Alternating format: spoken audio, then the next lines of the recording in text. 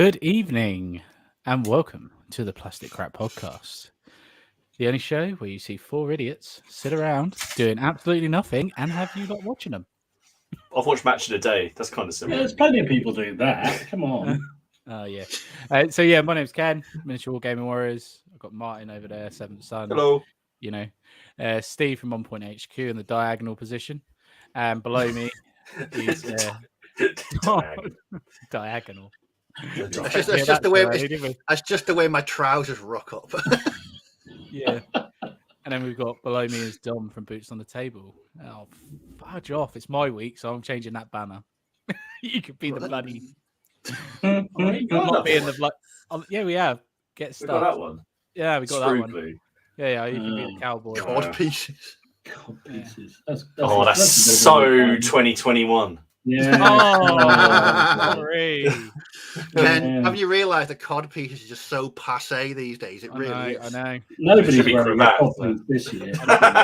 No, before these lots start winding me up, I just want to thank everyone for watching on the replay. Really appreciate it. Hey. It's one of those things that we don't mention enough. That the replay people, you're incredible. But thank you to everyone that tuned in live. And and that. They get the whole show. The replay doesn't. Right. Oh, you on, Ken?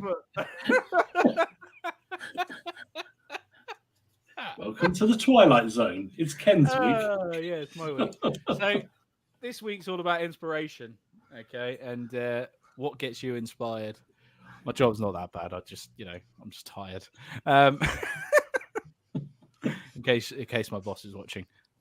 Is that likely? No, hopefully not. We could have some real fun if he was. No, I do enjoy my job. I'm just knackered, absolutely knackered. But inspiration. What do we do? So before we get on that, who was first this week? Who can I see that was first?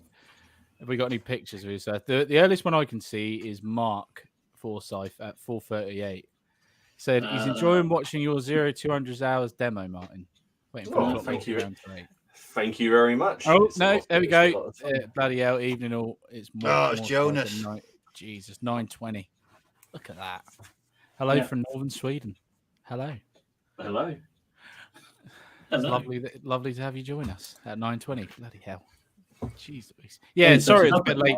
We did have a bit of a technical difficulty actually this week, didn't we? Me and mine. I tried to set the stream up over like 3 days, and I couldn't. I was getting errors, so it finally come down last night. Can someone else try and set it up? Then Martin tried doing it, got an error, and then Dom managed to set it up this morning. I did it first go this morning, mate. I think that was StreamYard or the sort of like the gods kind of way of going. No more. No Just don't do it anymore. No, exactly. So this week then, chaps, what have we been up to? Let's start with me. I painted a wall. Was it a Wargaming wall? Yeah, it was technically, yeah. I painted a wall. I did some tiling. And now I have to redecorate the bathroom because someone wants laminate flooring because I did a good job of it. Note to self, never. So that's where you went wrong. Seriously, I was getting so close to finishing the house and getting back into this room full time, getting into here and just being able to sit here and paint things. And then all of a sudden, tiles would look nice in the bathroom, wouldn't they? Oh, that laminate flooring would look nice in the bathroom, even though I've just laid a floor in there. Oh, that's all right. Yeah, I made of money. It's fine. But I'm also painting through 600 of these little 4mm figures for the trains. Choo-choo. Ken, so in 6 months' time, when you're installing a water fountain in the garden and a moat, shoot me. Honest to God, I can't. I need some. The worst thing is, I say to Laura, I go to her, I need some time away from doing house stuff because obviously you do. You need some relaxing time, and every time I come to go up, it's like she starts doing a job, but she doesn't do it just right, and I have to go out there and do it because it annoys me. It's like yesterday, right? I got shouted at for this. You guys are gonna find this hilarious. So down the side of my house, right, there's loads of weeds growing in. Okay, you use the hoe to scrape it all out, and make it look nice, right? Laura wasn't going along and getting all the weeds out. She was just plucking them, so the roots were there still in, so they just grow back, and it was really annoying me. So I said, "Give me the hoe," and then she got in a strop. So, yes, yeah. Wrapped around the finger. Can I just say I'm really looking forward to next week's guest, Alan Titchmarsh. Yeah, There's- Walsh might make a dude, special appearance. See, the cynical part of me just wants to say she did that on purpose. Yeah, So she you would probably go did. do it. Ah, Because if I I know know it. that if like I house shared with you or something like that, and if I knew that about you, I would definitely do that kind of thing. Oh, I just would because it definitely, is really- no doubt about it. I was it was bloody warm yesterday as well, and I was sweating one out. And then I had to take her out for dinner.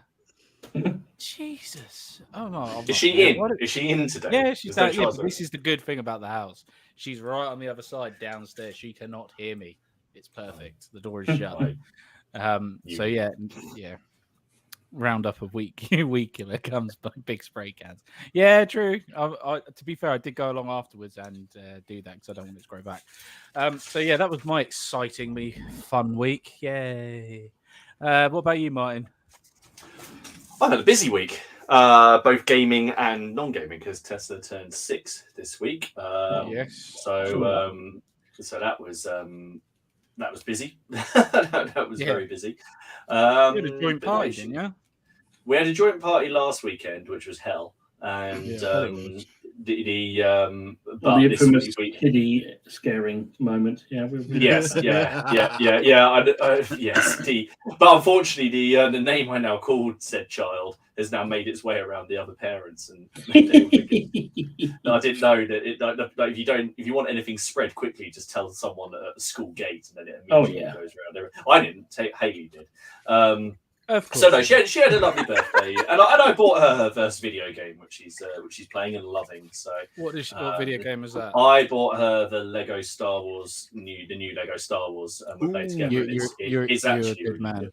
It is It's really really good. good. Those Lego Star It Wars is really good. are Plus, actually she's really well into Star Wars, and well, I might as well go through it. Speaking of Star Wars, I've been scratching a bit of an itch for me, so I have finished.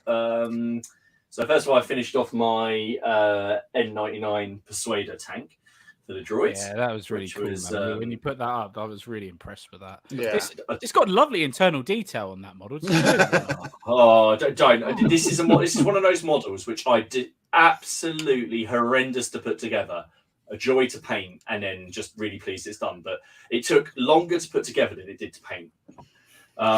Is it wrong that guy on the right? All I'm thinking of him saying is going Roger, Roger.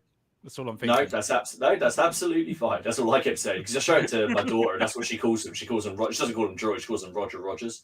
No, so that was that's just really good fun to paint. And I had does that count? There you go. There's a base tank for you. That base is nearly. Yes. I think that's about 180 mil long. It's It is, but obviously for this game you need the base on next. It's got firing arcs and the little slot at the front for the stick. But I just had a lot of fun, and I sort of started using a lot of those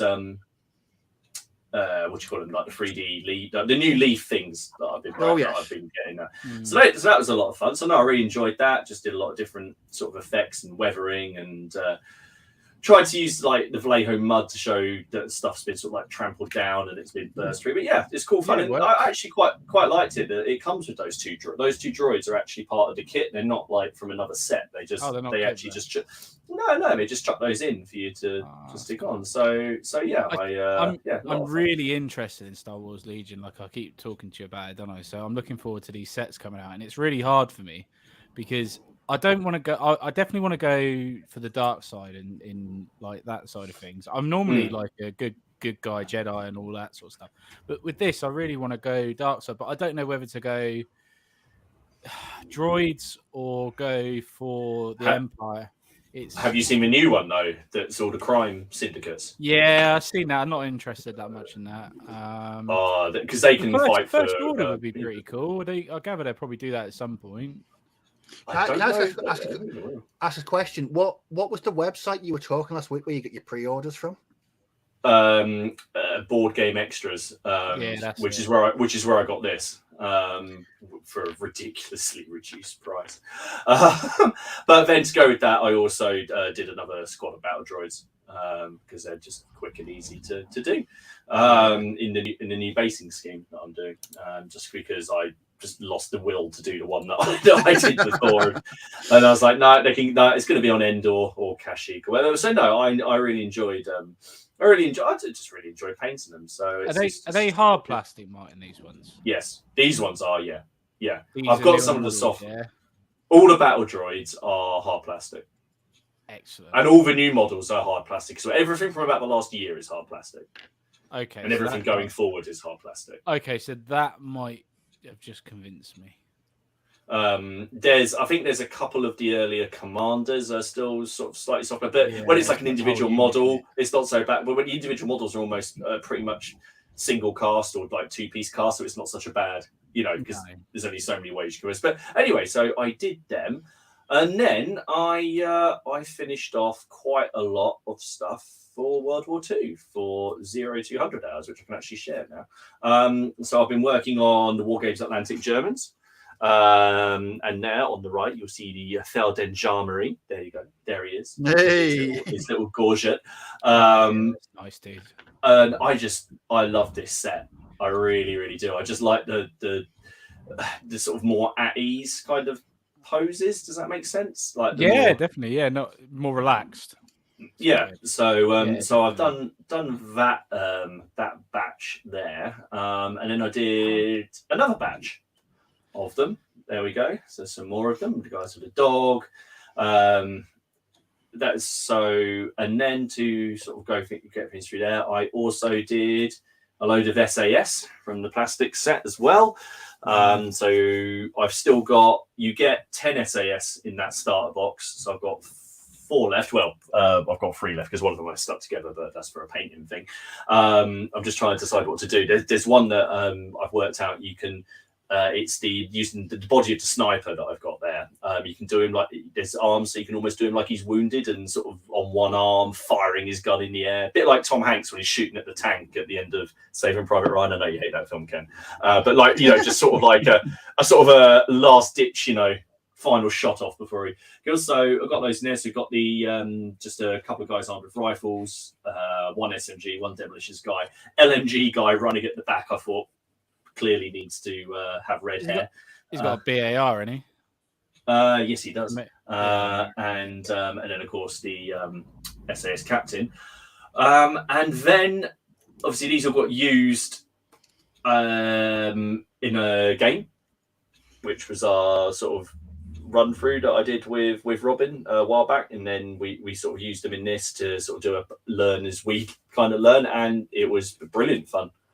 Brilliant fun. There's some mechanics in it that you don't expect because I won't go on about it now, but effectively, I was sitting there going, well, obviously, because Robin's trying to get off the bottom of the board. And I was a bit like, well, I'm just going to deploy my people at the back. No, the game's thought of that because your men just start wandering around.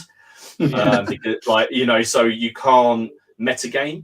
You can't go, oh, well, my guys, you're going to sneak someone down. And no, because you can only until they're detected will your guys zero in on them and move towards them if they're detected. Otherwise, they're kind of just sort of like, bumbling around a little bit, like having a look around, but which takes some getting used to, but it's a neat way of stopping metagaming, which is quite fun. And then I've just completed some scenery as well. So I got the border outpost from Sarisa. So there's my little shed, which was a lot of fun to do, and I used plastic from blister packs to do the glass, which was surprisingly effective. Actually, I didn't know how it was going to turn out, but that worked out all right. And then the little guard box and a bunch of barbed wire. Sweet. And I've still got quite a lot more to do. I've got quite a lot of plans for 0200 hours, and it's reignited my interest in World War II. I know for everyone else at the minute it's O group, but this is sort of reignited the kind of stuff that I definitely see why people and you guys are really into O group, and it's something that I'm definitely going to have a look at. But at the moment, this sort of small scale thing is really kind of like I've got some It's like Big that ideas, other really. game that you've got in it. That other one I'm trying to get a rule set for. I really want to play. Operation Squad. Yeah, Oh. it is really good. I can see this in my gaming life definitely replacing that in the terms of the one that I want to play more. Yeah. Wow. Sell me a book. Big, lots of fun. But anyway, yeah. Sorry, that's what I've been up to. So I've actually. So Martin, on the I'm intrigued because I haven't watched your video yet. It's on my playlist, ready to go. But yeah, in terms of the only thing that slightly put me off that as a 2-player game was the fact that there's sort of almost the Germans or whoever's defending, in this case the Germans, kind of can't really do an awful lot of what they want to do. They're sort of pre-programmed in some way, almost like an NPC. Was that a downer? Because you obviously played German. I played German, and it took some. The problem is you want to go into that game and play it like you do every other war game. Yeah. Which is you've got a god's eye view of the table, and you know that he's bringing units down there, so I'm going to send people there. Your Germans, however, on the ground in the middle of the night would not know that. No. Now, the first scenario we played, the alarm has already been raised, and the Germans are looking for. They know the SAS are in the area, so there's no patrol markers. All they can do at the beginning is these things called roving patrols, which is it's really down to where you deploy them, because you've got a large deployment zone. I was a bit stupid and deployed some of mine close to the back, and they just kind of wandered off to the back of the board. I was like, no, come back. But you have a sort of you can determine the sort of areas they're going to operate in. Yes, and then in the full missions, you set the patrol route. So where you set that patrol route, because they don't just stay on a fixed line. You don't roll to see how far they go. You take an action and they go a certain distance, but along the way they might pick up speed, or if you roll a certain effect, they might make a recon action as they go. So as they're walking along, they might go, "Oh, what's that over there?" And then they wander off the beaten track to go and look at someone if they're within 15. Once you're within 15 inches of someone, that's the sweet spot. That's when things get interesting. If you're within 6 inches of someone and you've got clear line of sight to them, you spot them straight away. If you're within 2 inches of someone and they're like behind some cover, you spot them. So it's really about making really good use of your men and deploying them at the start of the game. And then as soon as you detected one, you can make advance actions, which is you're yelling that they're there, and your guys, but you can only advance towards the guy that's been detected, which stops the metagaming. Do you see what I mean? So so if you're clever on the attacking side, you could get it so one guy, it creates a distraction. So the German player's like, well, do I keep defending and just patrolling, or do I send some guys over there to go in? So you're not just, as a German player, you're not just waiting for that moment for when they get lit up in some way. No, which is how, but it takes some getting used to, because as wargamers, we naturally want to counter what the other person is doing, but that's not what this game is about. This game is about these sort of narrative combat missions at night, these raids. But it's great fun. It's brutal as well, very brutal. And I guess there's nothing to stop you playing it one way, and then because the games are quite quick, aren't they? And then swapping it over and saying, right, see if you can do it even better.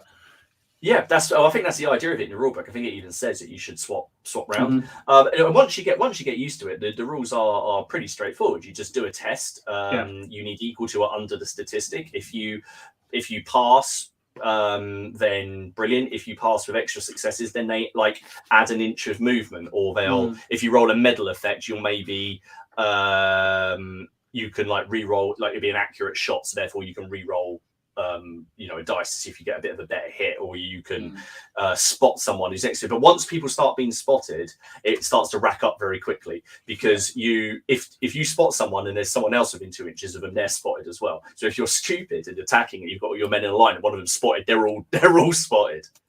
That's it. You've got to try and slink off back into the darkness. So it took a bit of getting used to, but definitely a lot of fun, and looking forward to our next game. Excellent. I'm looking forward to it, must admit. That does sound pretty cool. That does sound pretty cool indeed.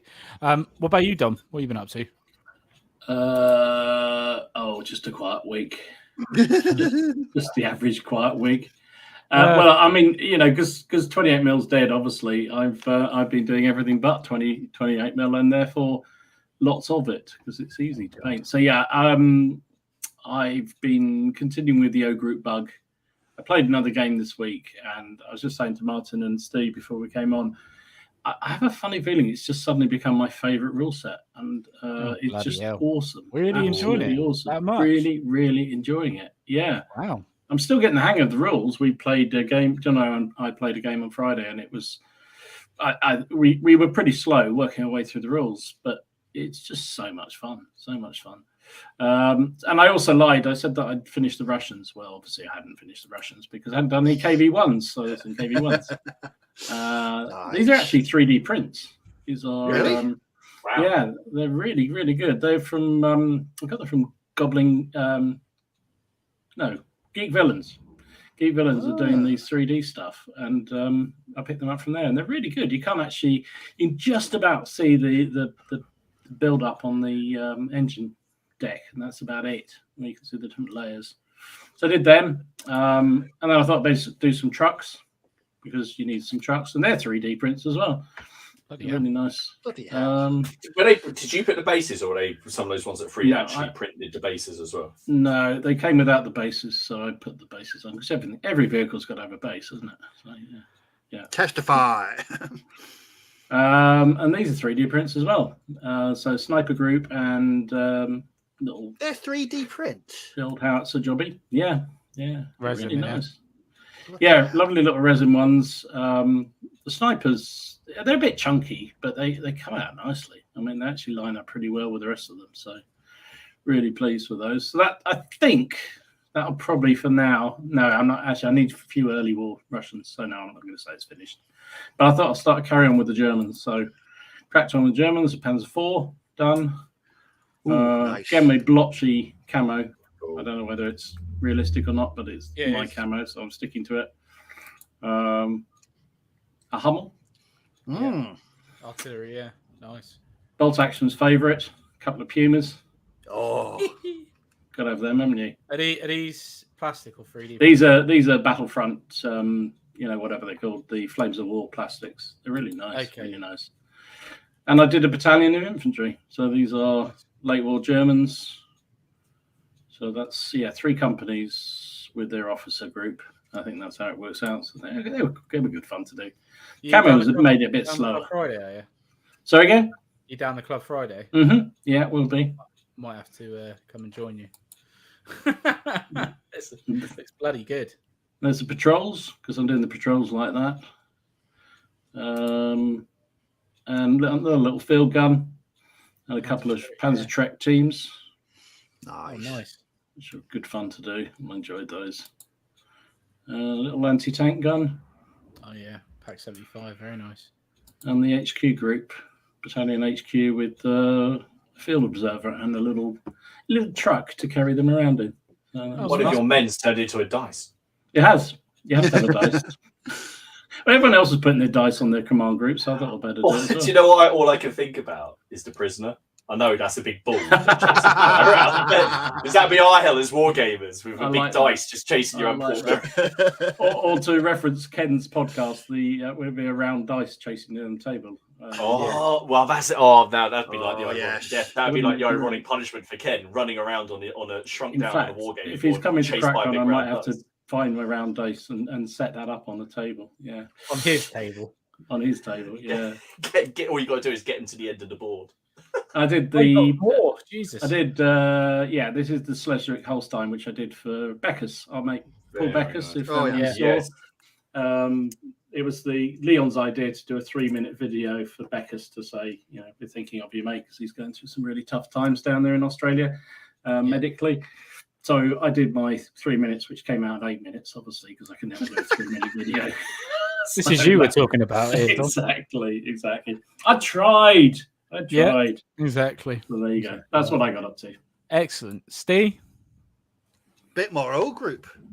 Okay. You're getting a double whammy of O group this week off me and Dom. So let's start off with mine. So this is what I was painting last Monday. Them. So that's a Daimler Dingo and a Daimler Scout car. Again, these are all Battlefront. They painted up in literally, I don't know, minutes. From sprue to base about 90 minutes. Just ridiculous. Yeah. So while I was doing that, I was working on 3 universal carriers that I'd made at the weekend, but I thought they were quite boring. So I give them some funky bases. Awesome. And put the crew in them.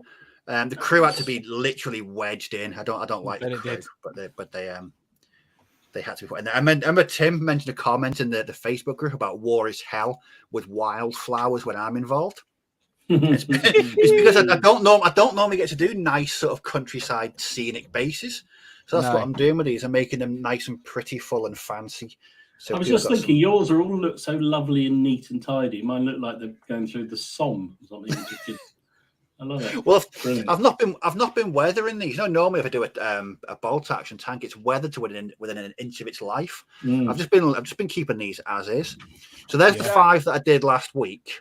Did you? Sorry, is that something you consciously wanted to? Did you just not weather them and then go, oh, I quite like this, I'm going to leave? No, I wasn't. So I'm not going to touch them. No, I think at this scale, if I tried to weather them, they'd just wasted. Yeah, and I don't think the effect. I don't think you'd get the effect at that scale. No, I know what you're saying, Steve. You won't see it, will you? And I think, as well, because with O Group being a sort of an abstract game when it comes to numbers, I don't want to do them as individual pieces. If that makes sense, I just want representations because they're meant to represent multiple vehicles and multiple troops.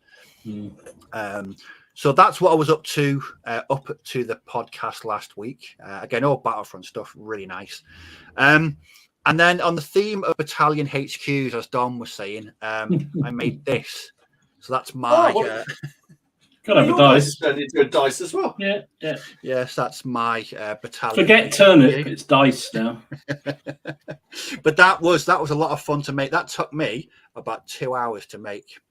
Oh, nice, it was just so quick and easy. You got such an imagination, though, Steve, when it comes to this sort of stuff. You're just a natural at it. I just love the scale. And that map, I actually printed off a proper World War II map. And then cut a little size of it. The table is made from bits of cocktail stick and an old MDF kit from a jungle scenery set that I had. So I made a little table out of that. Then it's cork and balsa wood and blister packaging for the broken window. Then I finished my first company. So as you can see, my basing's a bit different to Dom's. I'm going with the smaller Flames of War base. I'm just putting 2 figures on each base.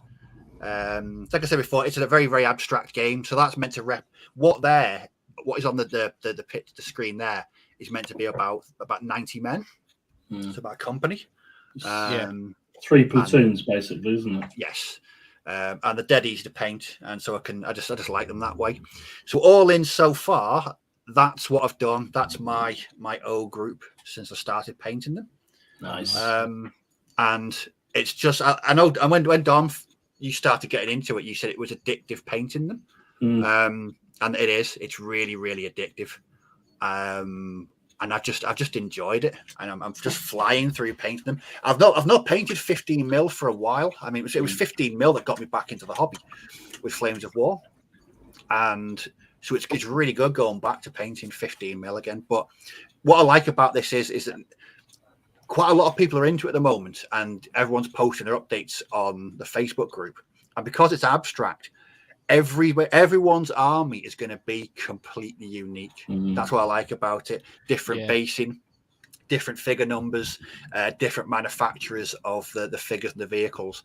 It's going to be instead of just rocking up with two store-bought armies. I think the work that people putting into it, so with the battalion HQs, it's just such a creative game. And like Dom said, having watched really quite a few O Group battle reports on YouTube now, I cannot wait to start playing it. It's just one of those games where it seems to be very simple, but the mechanics are quite nuanced as well. The way they work, they all work together really well. I think it does give that battalion level big game feel that I'm really, really looking forward to. It's weird. Jono and I were playing again one of our first games, and we both really struggled to attack, and we were discussing it after a game and said, it's really hard to attack. And then you start thinking, well, actually what you need to do is the real sort of tactics. So you need to put some artillery in on the position you're going to attack. You have to put some smoke in. You have to, send one battalion forward, one platoon forward, provide as fast support with another, which is kind of what the game is actually designed. Is really what it should be. Yeah. Then you start playing it that way, and it works. But it's dead simple. No, it's not one-to-one scale. It's in fact, it's if you try to play it at one-to-one scale, I think you might need a tennis court to play it. Yeah. It's you might be able to play it one-to-one. Yeah, you might be able to, but no, this is even. I mean, the very start of the rule book, it says there's no set gaming size. It doesn't matter what no set basing size. Sorry, doesn't matter what size bases you use or how many figures are on it. Those bases just represent a section, a platoon, a company, and then a battalion, and even tanks. One model tank's meant to represent 2 tanks or 3 tanks. Like I say, it's a very, very abstract game, but it's a great way of doing it. Yeah, it does sound fun. I'm not going to lie, I've been definitely looking to get into it. I just haven't got the time at the moment, sadly. I'll probably have a game with you, Dom, and then I'll probably be all over it, which will be really annoying. I can definitely see that happening, to be honest. Oh yeah. I did have another bit of news. Do you know that army I got off of Fraser? Oh yeah. What, the Vikings? Have you sold it? Yeah. I've already traded it for an army with Duncan Rhodes. Freaking hell. I'm trading up. Jesus. What army have you traded it for with him? His painted Ultramarines army. His the Golden Demon Award winning painted Ultramarines. But we were going to play games. Who are you going to play games with now? I'm not. I'm trying to trade up to a Bugatti Veyron. I can imagine it in 6 years' time. Kind of like, I've traded up, or what have you traded for? I now own Games Workshop. Yeah, exactly. See, this is where I am the evil overlord. You popped a post up in the Facebook group, didn't you, asking for about anyone who's got any Battlefront miniatures? I don't think you were quite expecting the responses that you got in the first sort of like thing. No, basically everyone's saying yes, but I want them to go to a good home. Yeah. And then Ken, like, after 5 minutes, Ken just went, I thought this was a safe space. It was quite a brutal response from everybody. No. Just put it out there. I haven't traded that army. Don't panic. I can't believe you thought I did. No, I'd never trade that army. That's a Fraser painted army. I ain't trading. We genuinely just spend 90 seconds on something that was. Yeah, it's my week. Yeah. It's to be fair though, I am going to get them this week because it's Thursday, I believe. I'm going. So I'm going up to VK's on Thursday, and we are trading over. Where's VK live? I don't want to disclose that information. Does he live in the Midlands? He's south side of the M25. Yeah, he's south side of the M25. He's not far from Dom. No. About half an hour from Dom. So yeah, it's fine. It's not too bad. So yeah, no. I just wanted to see. I just want to wait till the comments start going off, and they're going to start. There you go. It's already started. Bricker City's already put. What? Ken traded an army could knock me over with a feather. Yeah. The thing is, it's so believable that you do something like that. No, I wouldn't do that. No, genuinely, I am also. Yeah, it doesn't have any golden demons. Yeah, there you go. The story's full of holes from the start. Hey, do you know where Duncan got married yesterday? Did he? Yeah. I kept that quiet. Should have been public news. We should have been announcing that. But yeah, no. Right, come on. Let's get back on track. With some inspiration.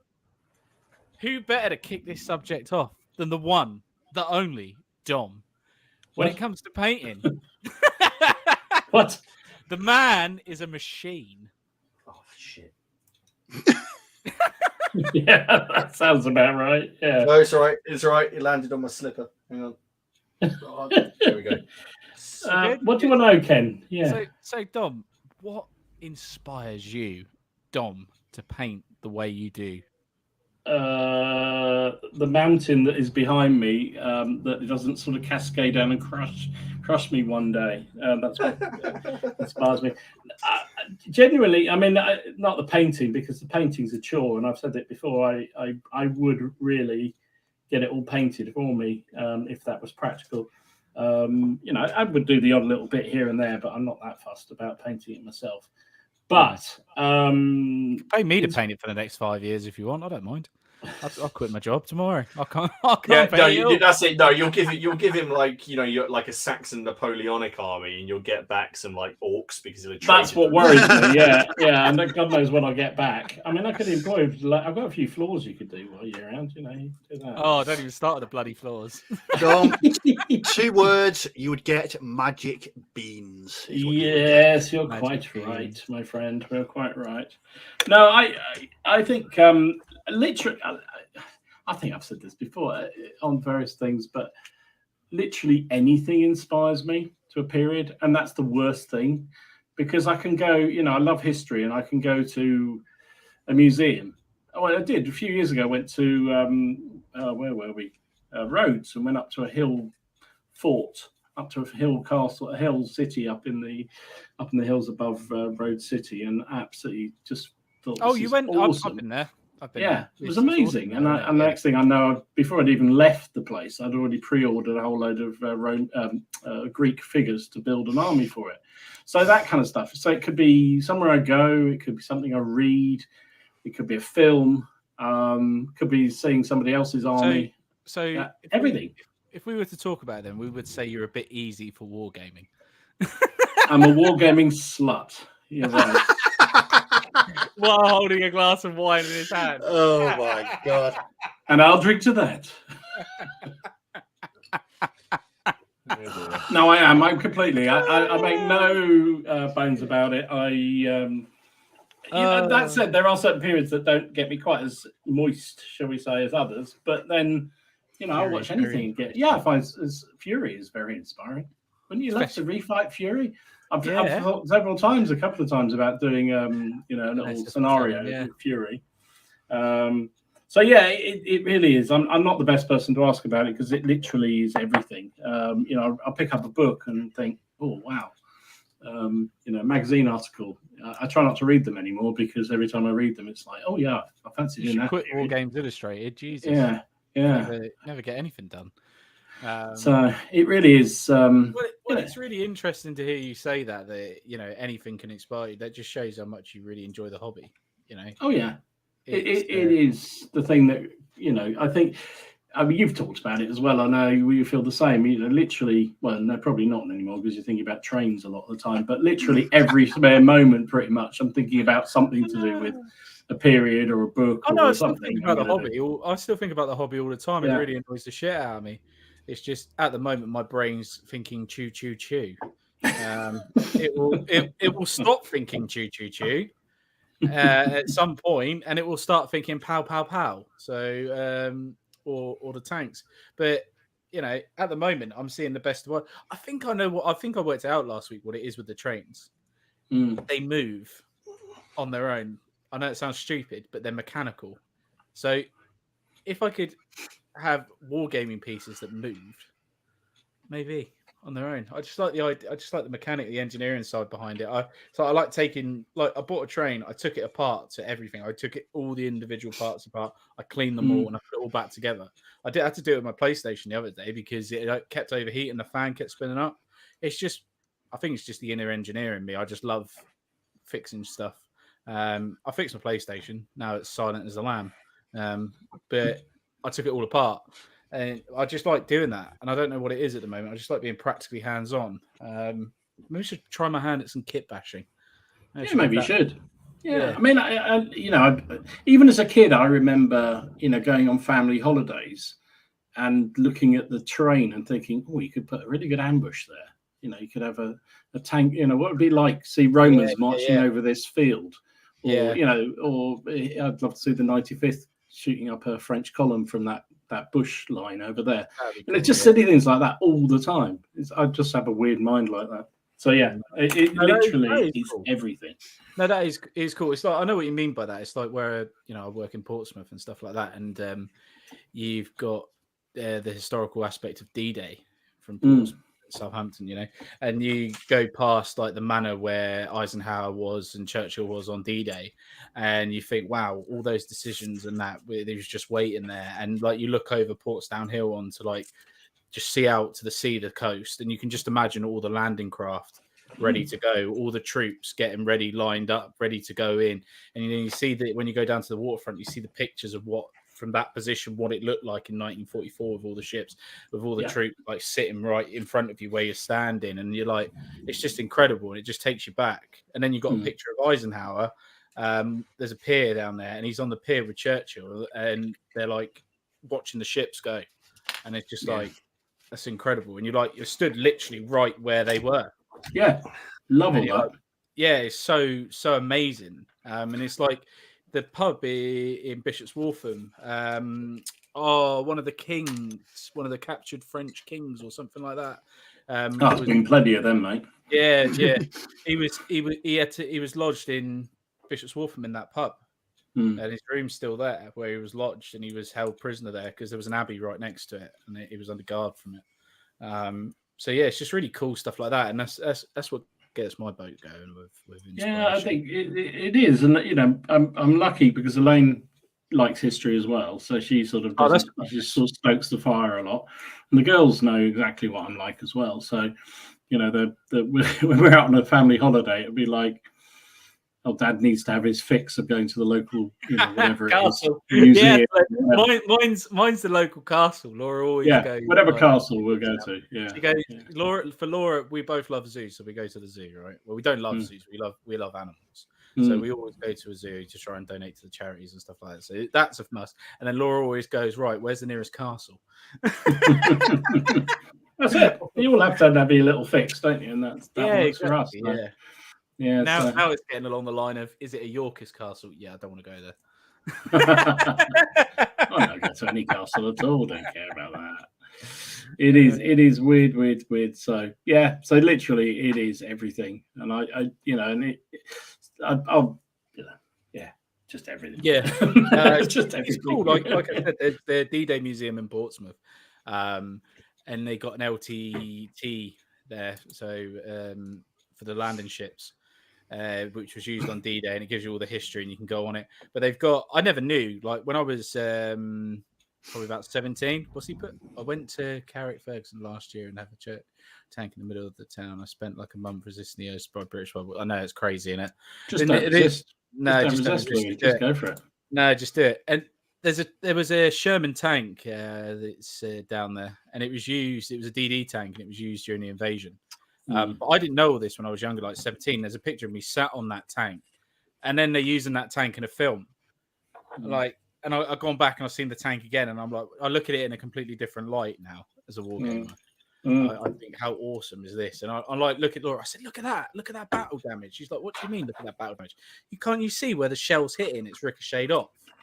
Splinters have come off the inside, and could it hurt the crew, or save the crew's life by not penetrating there? So it's right by the engine block. They would have been brewed up. She went, what's brewed up? I said, not something very nice. No. Not something nice at all. But yeah, it's weird, the things that get you going, isn't it? It's like, what about you, Martin? What gets you going with wargaming? Is it the history again, or? Yes. So yeah, like Dom. I mean, that's the thing. I could be watching anything. I mean, I get a very clear picture in my head of what I want my project to look like at the end, with the exception of the Wars of the Roses, which I had a picture of what it wanted to look like about 35 units ago. If I'm doing a project, like if I'm doing like the Crusade thing, I know what I want, and I get an idea of what I want.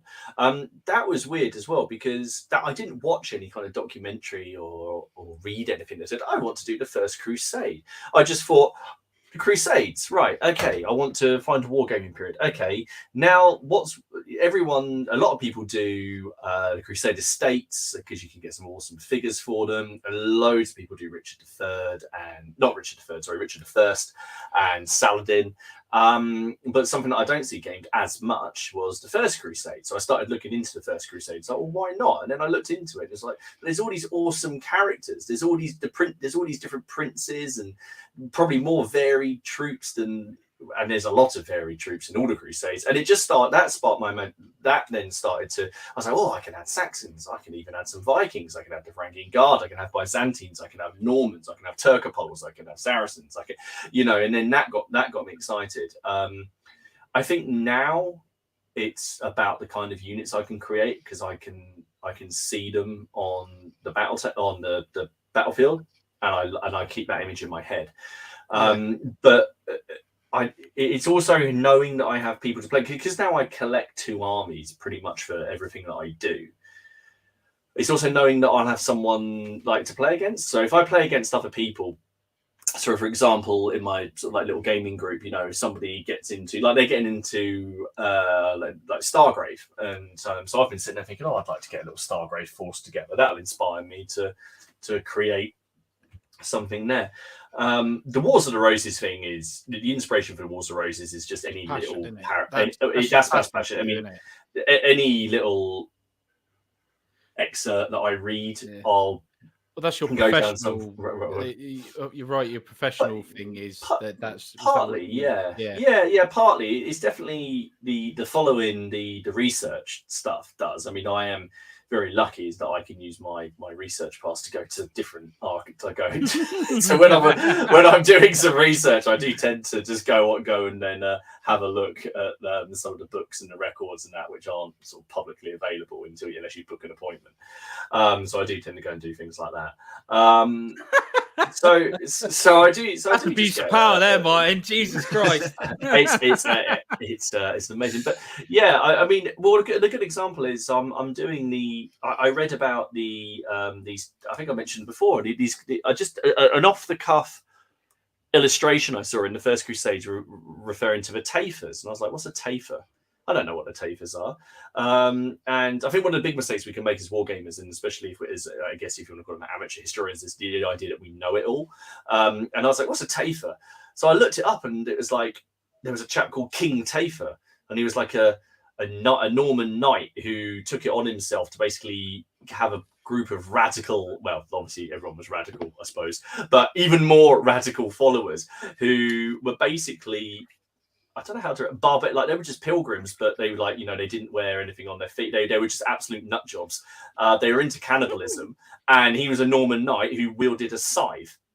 And it's like, I don't care if that's hearsay. I don't care if that's happening. So that's why I got Steve's given me a scythe from the Fireforged peasants, because I'm definitely having a Norman knight wielding a scythe, leading a bunch of angry peasants. Those little stories are amazing. They do get you, don't they? It's like Martin's got the weird shit of storybook somewhere, hasn't he? It's just brilliant. But it was all just from that. It was all just from Tafer. I was like, what's a Tafer? And I was reading about this. I was like, this is crazy. And then you read about, Robin was showing me some of the like some of the equipment that like the Saracens had, like this claw that they could like lower from the battlements to pick up bodies of crusaders. They just lift them up back into the reeds, and then they'd like skin them and chuck them over. There's actually just a device to like pick people up, and just stuff like that. The advanced in engineering you would get for war. Yeah, you know, so I guess it's like that. I mean, a big thing, and I don't want to say it just because, you know, remember guys going like the Facebook page, I get inspired by what other people are doing.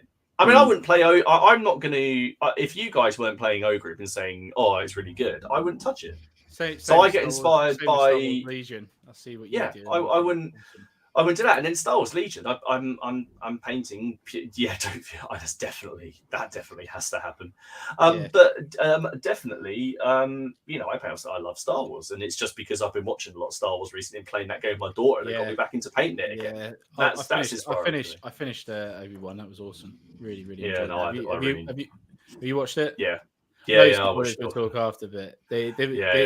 It filled a lot of holes for me that I wish were in the films. That makes sense. Yeah. No, I really enjoyed it. I really enjoyed it I've been out if Miller's watching. I've been having a bit of sort of a back and forth with Miller on it. He enjoyed it as well.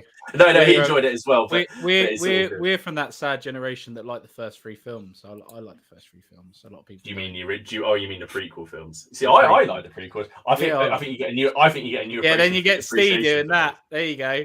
I get a new appreciation for the prequels when the sequels came out. That was I was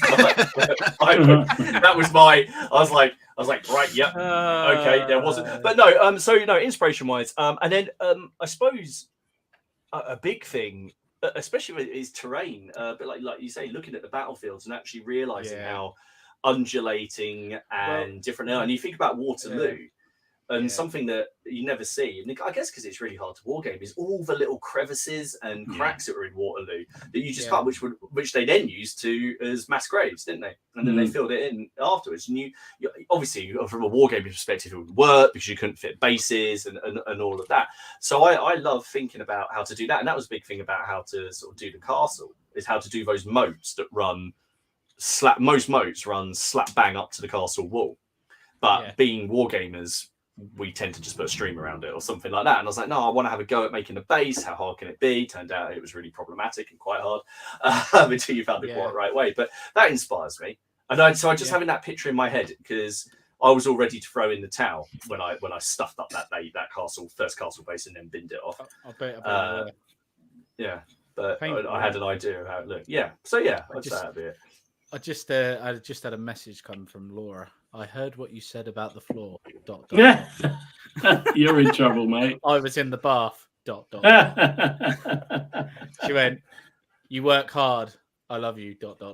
Ah, that's nice. I thought we were going to need one of those technical difficulty signs. Yeah. Ken. Finally, I'll finish off to just to quote Admiral Akbar. It's a trap. Yes, it is. It's a trap.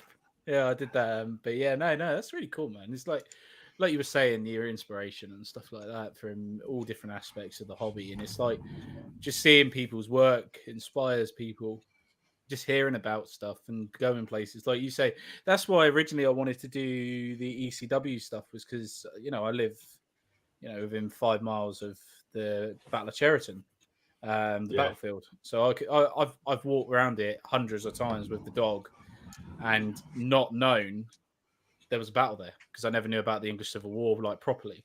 I only knew the major battles, and Cheriton's not what you would class probably as a major battle, is it? It's not. It was pretty important. I think it was it was important, but it's not well known. If Warlord Games are going to make a set, it's not going to be the Battle of Cheriton. No, exactly that. So walking around that battlefield, and then when you walk around it again now, you appreciate it and you think, wow, I wonder what's here. I wonder what's actually still here from the English Civil War. Can I, is there going to be anything here in this farmland? And then you told me I'm not allowed to dig there, which made me really sad. You did just sort of ring me up and go, so can I just get a metal detector and sort of do things on you? No. No.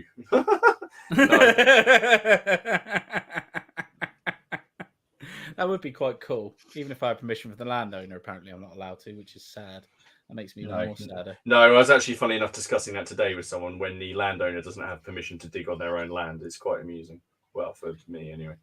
It is kind of very strange like that, but obviously it's historic significance. But if you ever do manage to get a job down there, Martin, let me know, because I will come along. You can hire me for a week. Oh right. Oh okay. I can be an advisor. You can pay me a penny. There you go. I'll just come and watch. I'll just be interested just to see stuff like that. It'd be really cool. I think that's another scary thing, dude. If I ever came to one of your sites and you were digging up something post medieval or medieval, should I say? Oh, that's why. Funny enough, that's what I was digging up today. Oh wait. So that's what I'm saying. If you ever did that, and I could see you found I don't know, a hilt of a sword, or you part of a shield, or part of a helmet, or something like that, I'd be like, that's fucking awesome. I need to do that. But Ken, it's Viking. I don't care. I need to do that. That's the scary thing as well. I don't know.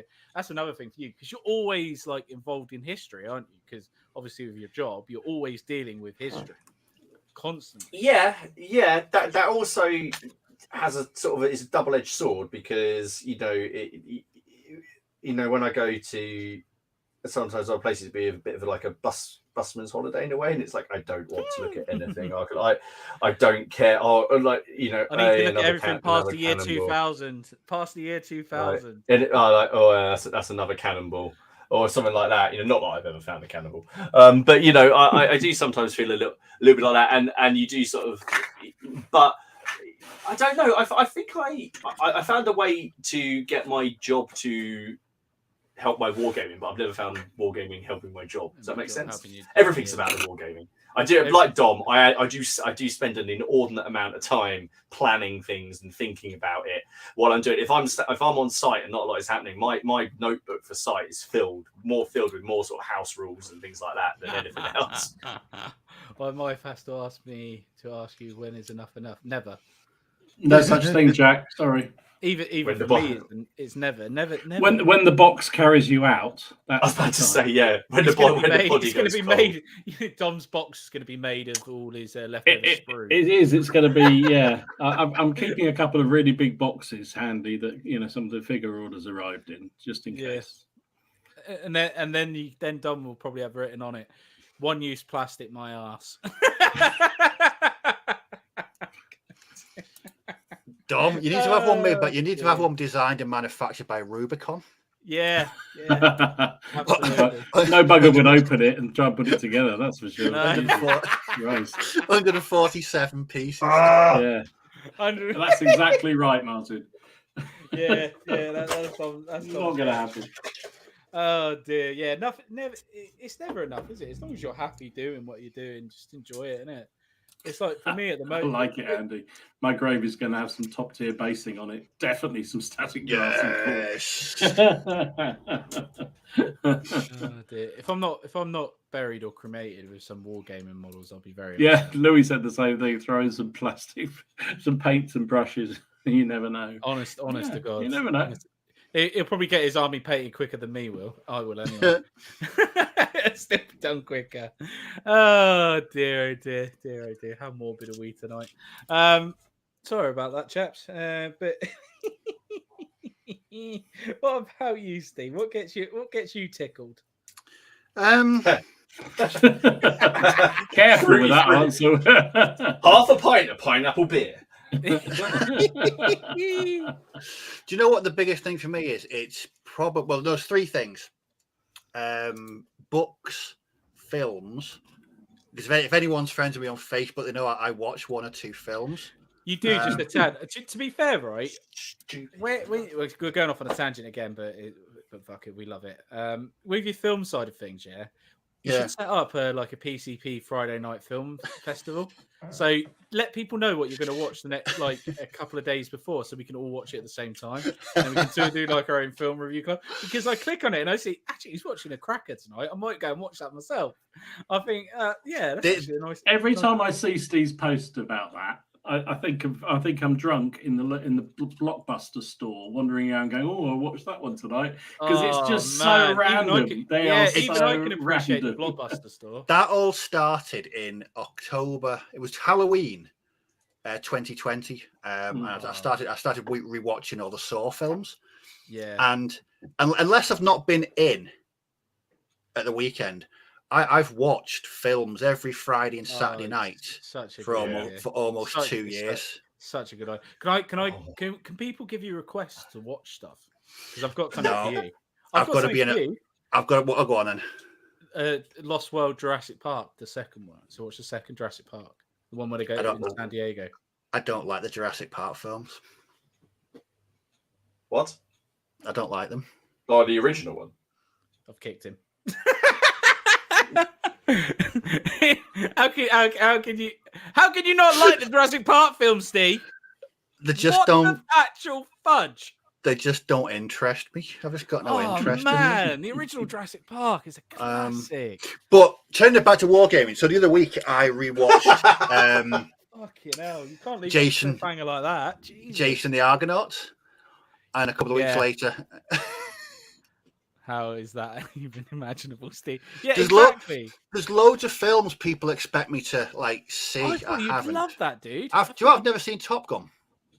Shut the fuck up. Even I've watched that. You've got to see the new one. No, never seen that. I want to watch the new one, man. I've never seen The Lost Boys. No, I've never seen that. I'll be honest. No, I've never seen that either. No, I've never seen The Lost Boys. I've got to admit, I've never seen that. I just have a particular type of film. I mean, I like. I've got a random taste. You've got to like Indiana Jones, haven't you? Well, I watched that on Friday. I watched Raise the Lost Ark on Friday. It was brilliant. Excellent. So Jason the Argonauts.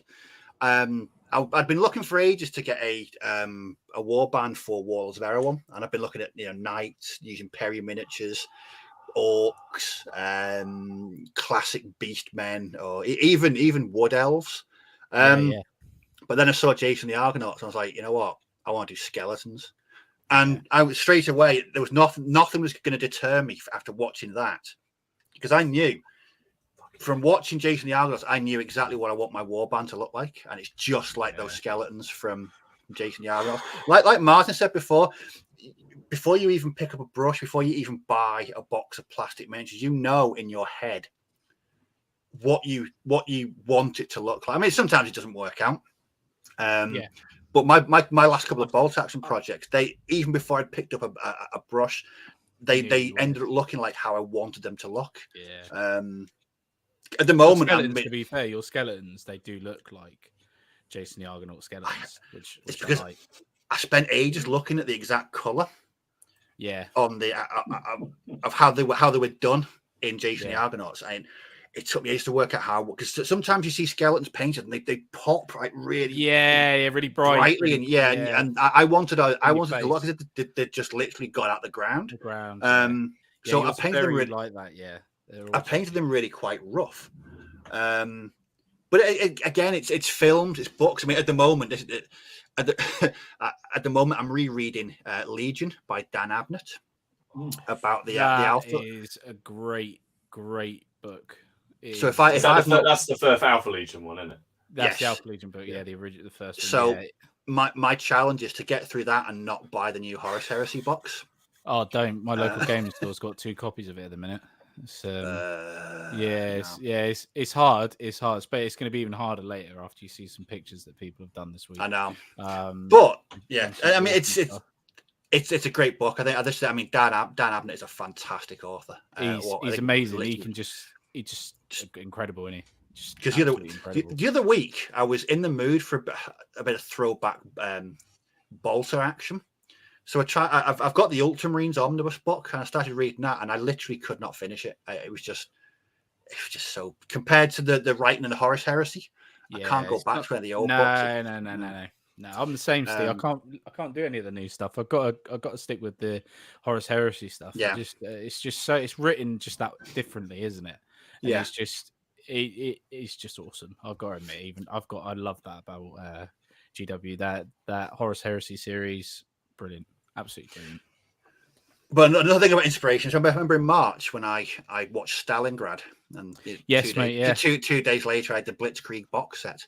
It's dangerous because you know in your wargaming brain what you wanted. I mean, I've barely touched that. There's so many different things that I'm doing at the moment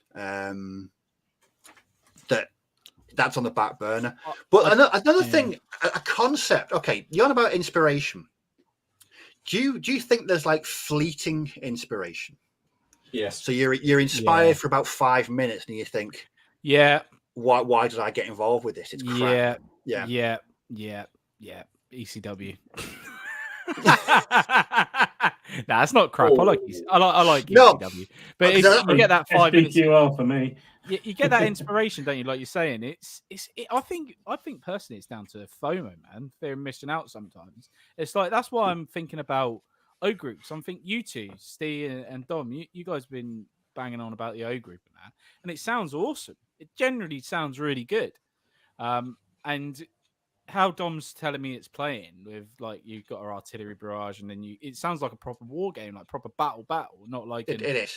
Yeah, exactly. And it sounds really good. But the problem is, I always get into it late, and then you guys have done it, and I'm left doing it on my own, and there's no inspiration for me to continue doing it because I like doing it with other people. If that makes sense.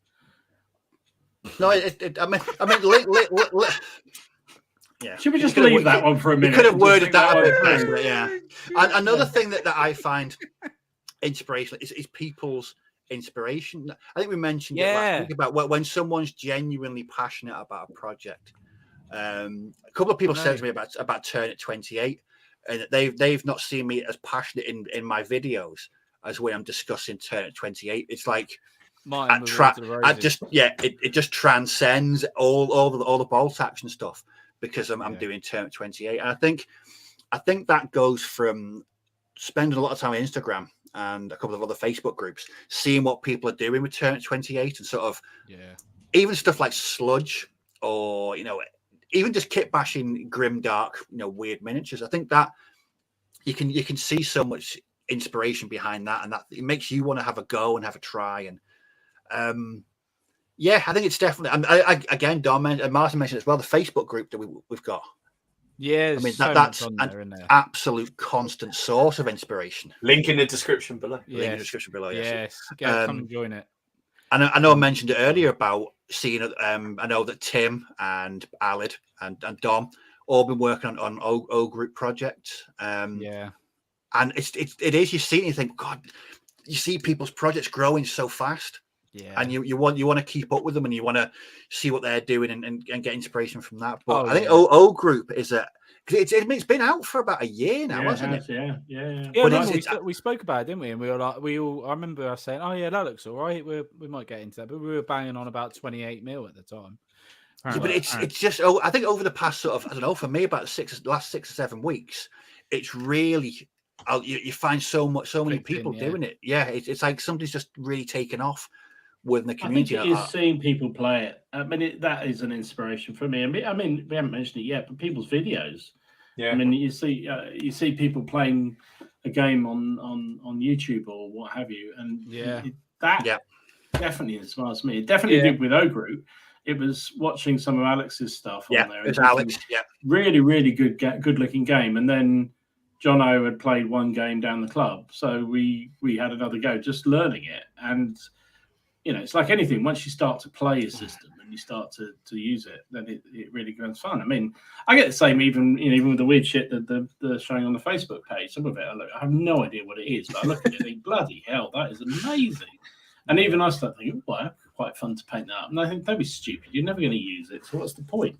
Yeah. But it's awesome. So that's what I mean sometimes about you have that fake inspiration where you seem to be all in. I mean, I'm not going to say 6 mil samurai. No. Do you know what? I've got a really good one here, and he's going to kick my ass for it, right? Because I've just seen Nick Games' comment.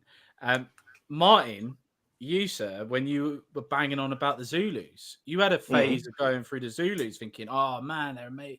Do you know what I mean? And now that's died off a little bit, hasn't it? You're still there, but it's died off a little bit. So it came down to... So what happened was... So yes, the Zulu, the Anglo-Zulu War was going to be my next project. I did the research on the books. I knew what I wanted to do. I knew how I wanted to do it.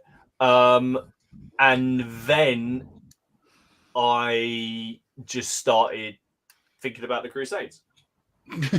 And that was it. And then it popped in there, and the Zulus are definitely happening. They're all there. That's definitely going to happen. It wasn't because I remember I was saying I didn't know if I wanted to do it for muskets and tomahawks or black powder. That doesn't bother me because basing doesn't bother me. I'll make whatever system I play fit my models. That's people worrying about basing. I don't think it's particularly anything to worry about. Just base how you want and then just change the rules. I just started reading about those bits about the Crusades, and that was exciting me more than the prospect of painting up more redcoats. Even though I loved the idea, I love it, and I was thinking about how each base was going to be a company, and then, I was thinking about, how I wasn't going to worry about having them in ranks and how I was going to set it all out and that kind of stuff. And then the idea, reading about all the princes in the First Crusade, or the Prince's Crusade as it was now. I could have each of my divisions could be led by an absolute nutter. Like, they're just as horrible, well, and probably more horrible somewhat than the people in the Wars of the Roses. Fantastic. I can come up with all these personalities and history videos, and because obviously you want to think a little bit about the channel as well, and what I wanted to do, and it just took off. I didn't intend to do quite so much with the Crusades as quickly, and it will. The Zulus is going to happen. That is going to happen. It's going to happen probably. It probably happened before the end of the year, because I've got a box that Dom gave me. I've got boxes that Sean gave me. I've got bloody Shaka Zulu somewhere around here that Dom gave me to paint up. And I even bought the paints. I was that close. I had the paints. I had everything. That's what I mean.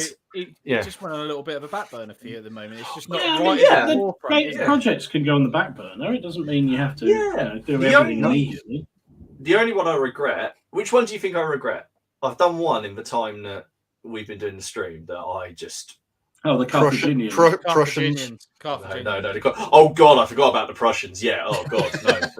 I forgot about there's three there. There's the 6mm, the samurais. But I finished that. I finished that project. I finished the 6mm. The Carthaginians. They were some really good work you done. Yeah. No. Lovely Yeah. Really, I'm really pleased. I just, I was pleased with the figures. I did that. I painted basically a whole division in a month. I did them for Impetus, and then. And that was it. I just lost. I wouldn't say I lost my insight. Lost the impetus, wasn't that ironic?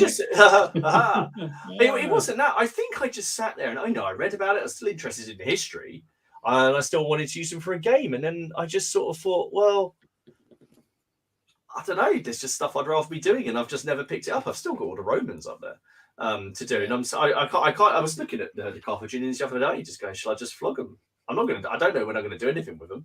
And I'm getting quite good at compartmentalizing my projects and be like, no, I'm just not going to do anything with it. I'm not going to bother keeping it. Not like you say, I'm not going to buy something and then just sell it on straight away. But I was looking at it going, I'm sure there's someone who's probably going to make better use of this than me. So if anyone's interested in the Carthaginian army done with best Colombian snow. A lot of people would be interested. But you see, what my inspiration behind doing the Carthaginians, I think, was partly for the wrong reasons.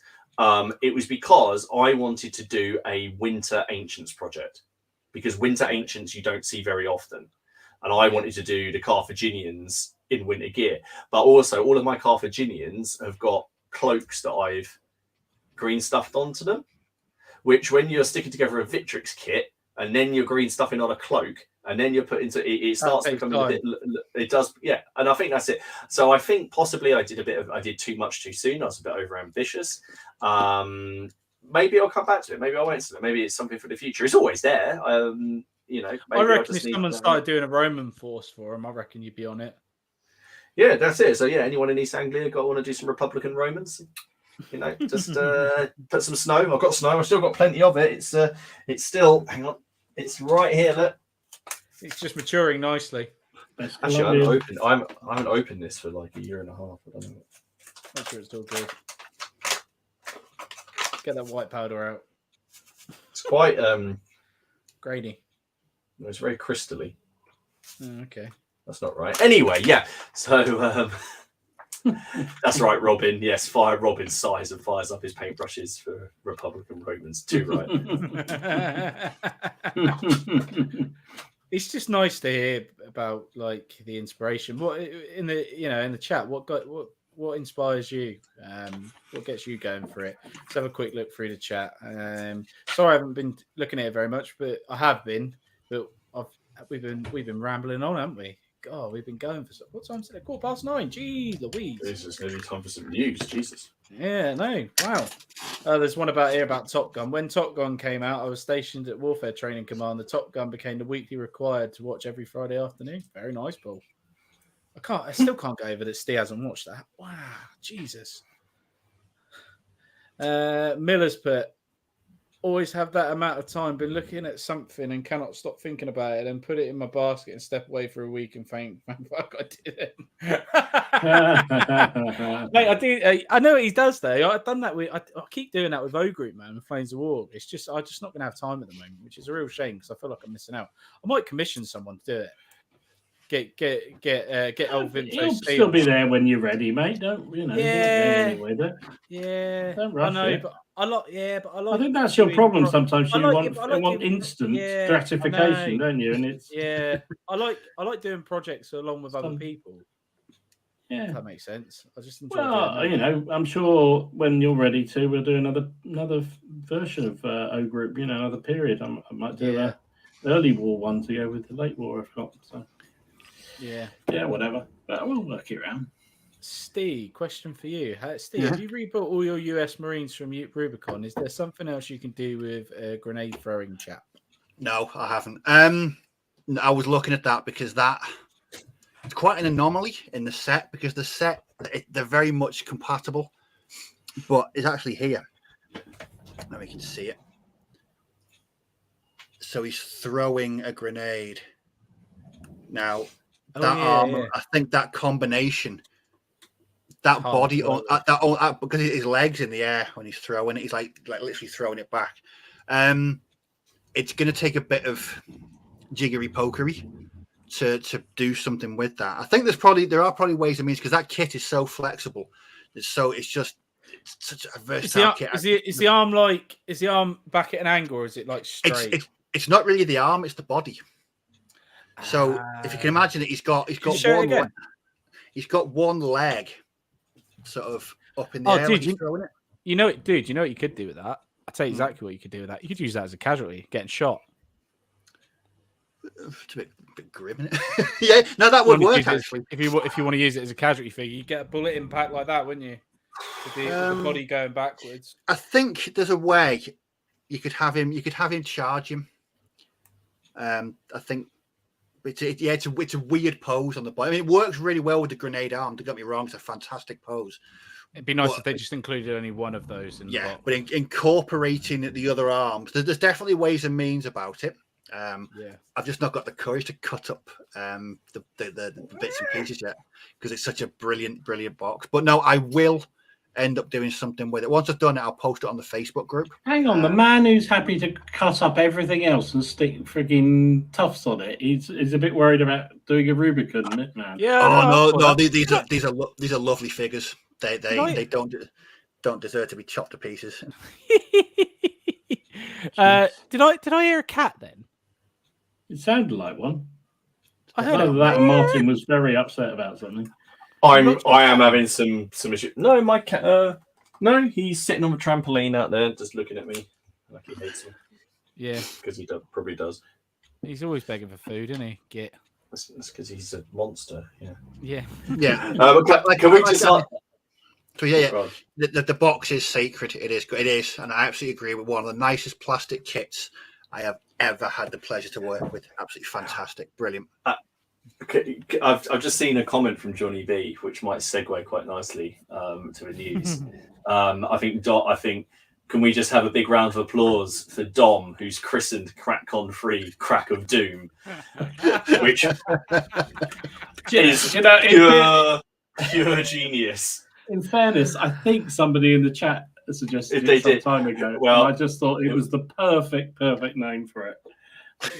Make yourself known. You know what is CrackCon 4? The four's what? The four wise cracks. Jesus Christ. Oh, I'm pleased this is your stream. Jesus, mate. Dear. Oh man. I'll tell you what though, cats. Yeah, cats. What a pain in the ass sometimes. My cat's feeding kittens on my workstations. Okay, fair enough.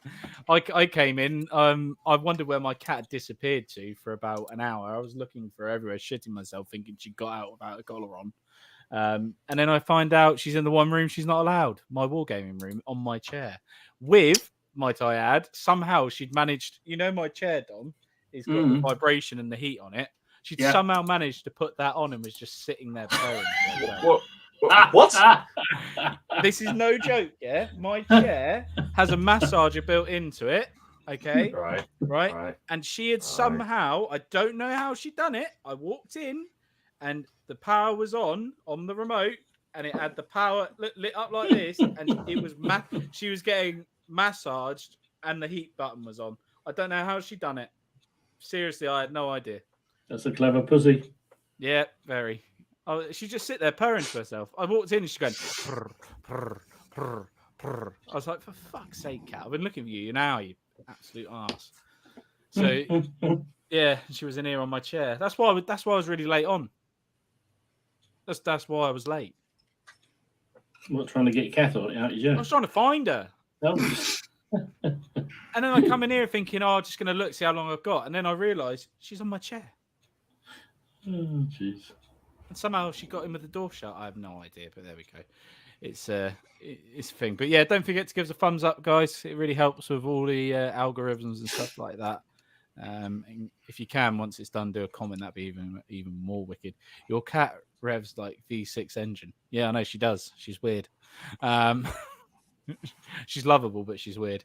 Where are we going to? What are we getting to? It's the news. Lost. Is it the news?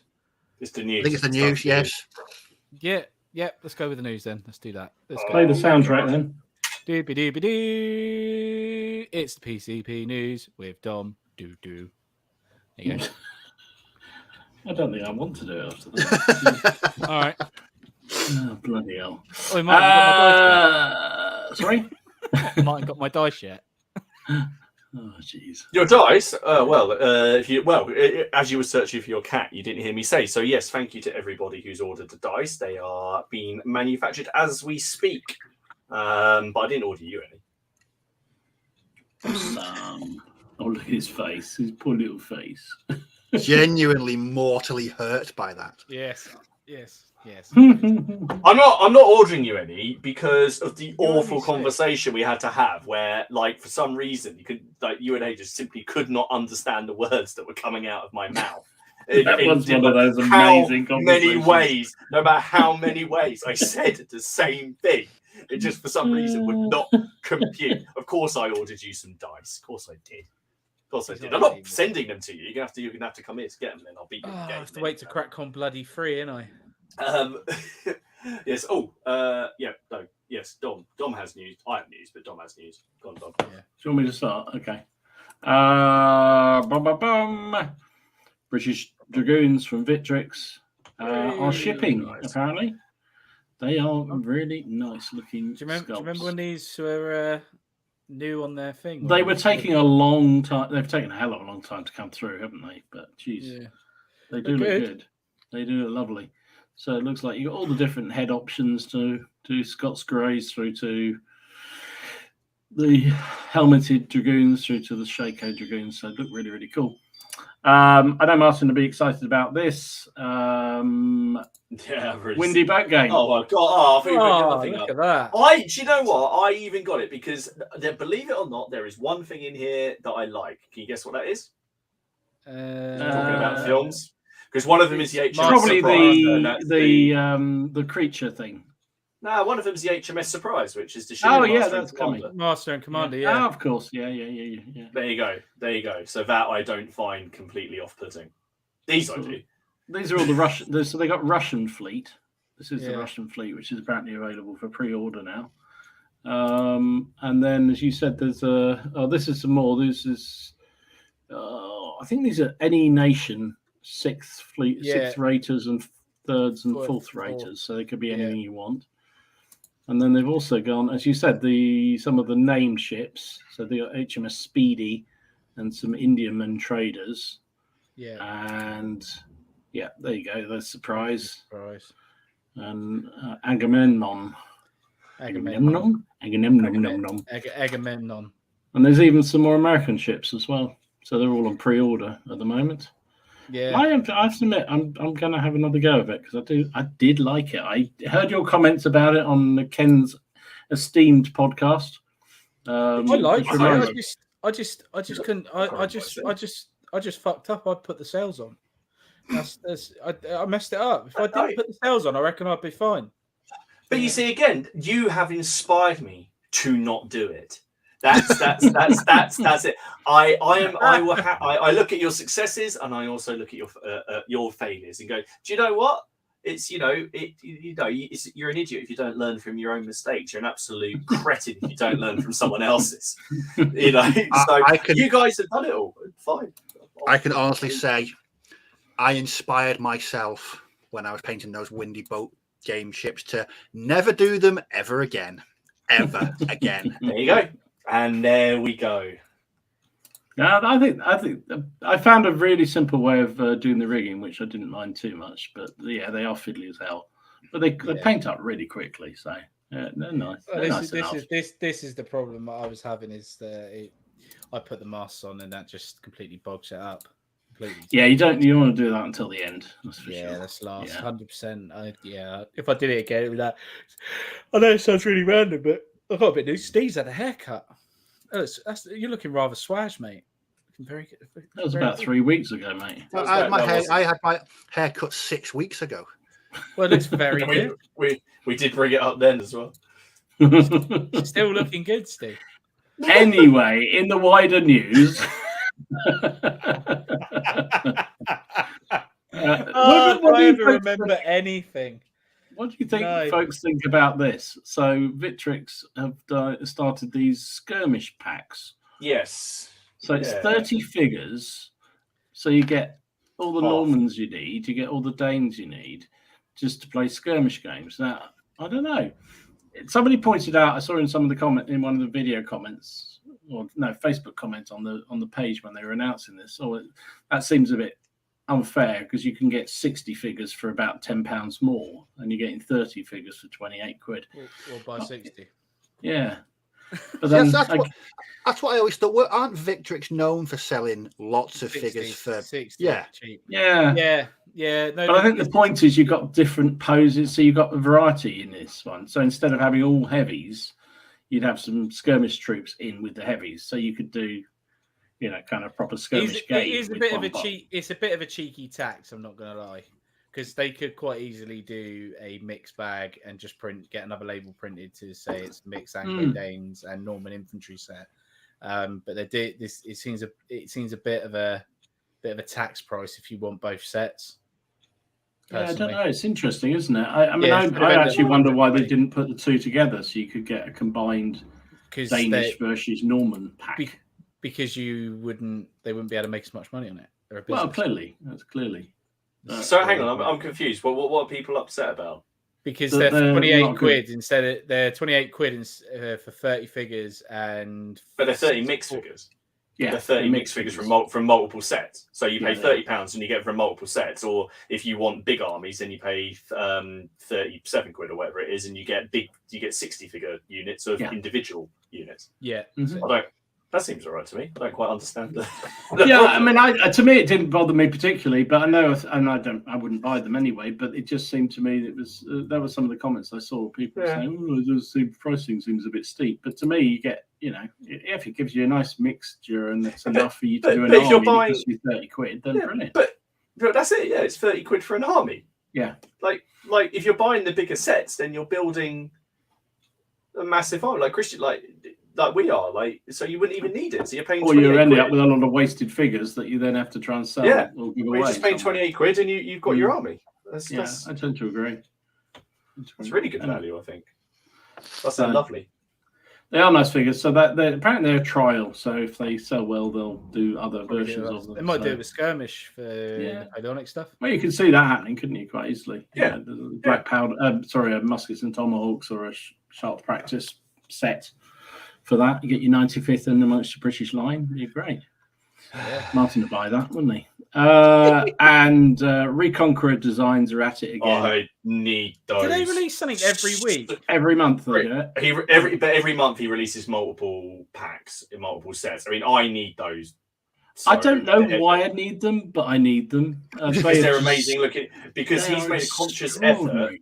He said in the video, he made a conscious effort to make them look not so Andalusian and just basically so it was just Arab heavy cavalry. So they could be used crusade. Yeah, and that pose for the first of all, I love the barding. I love the work on the horses.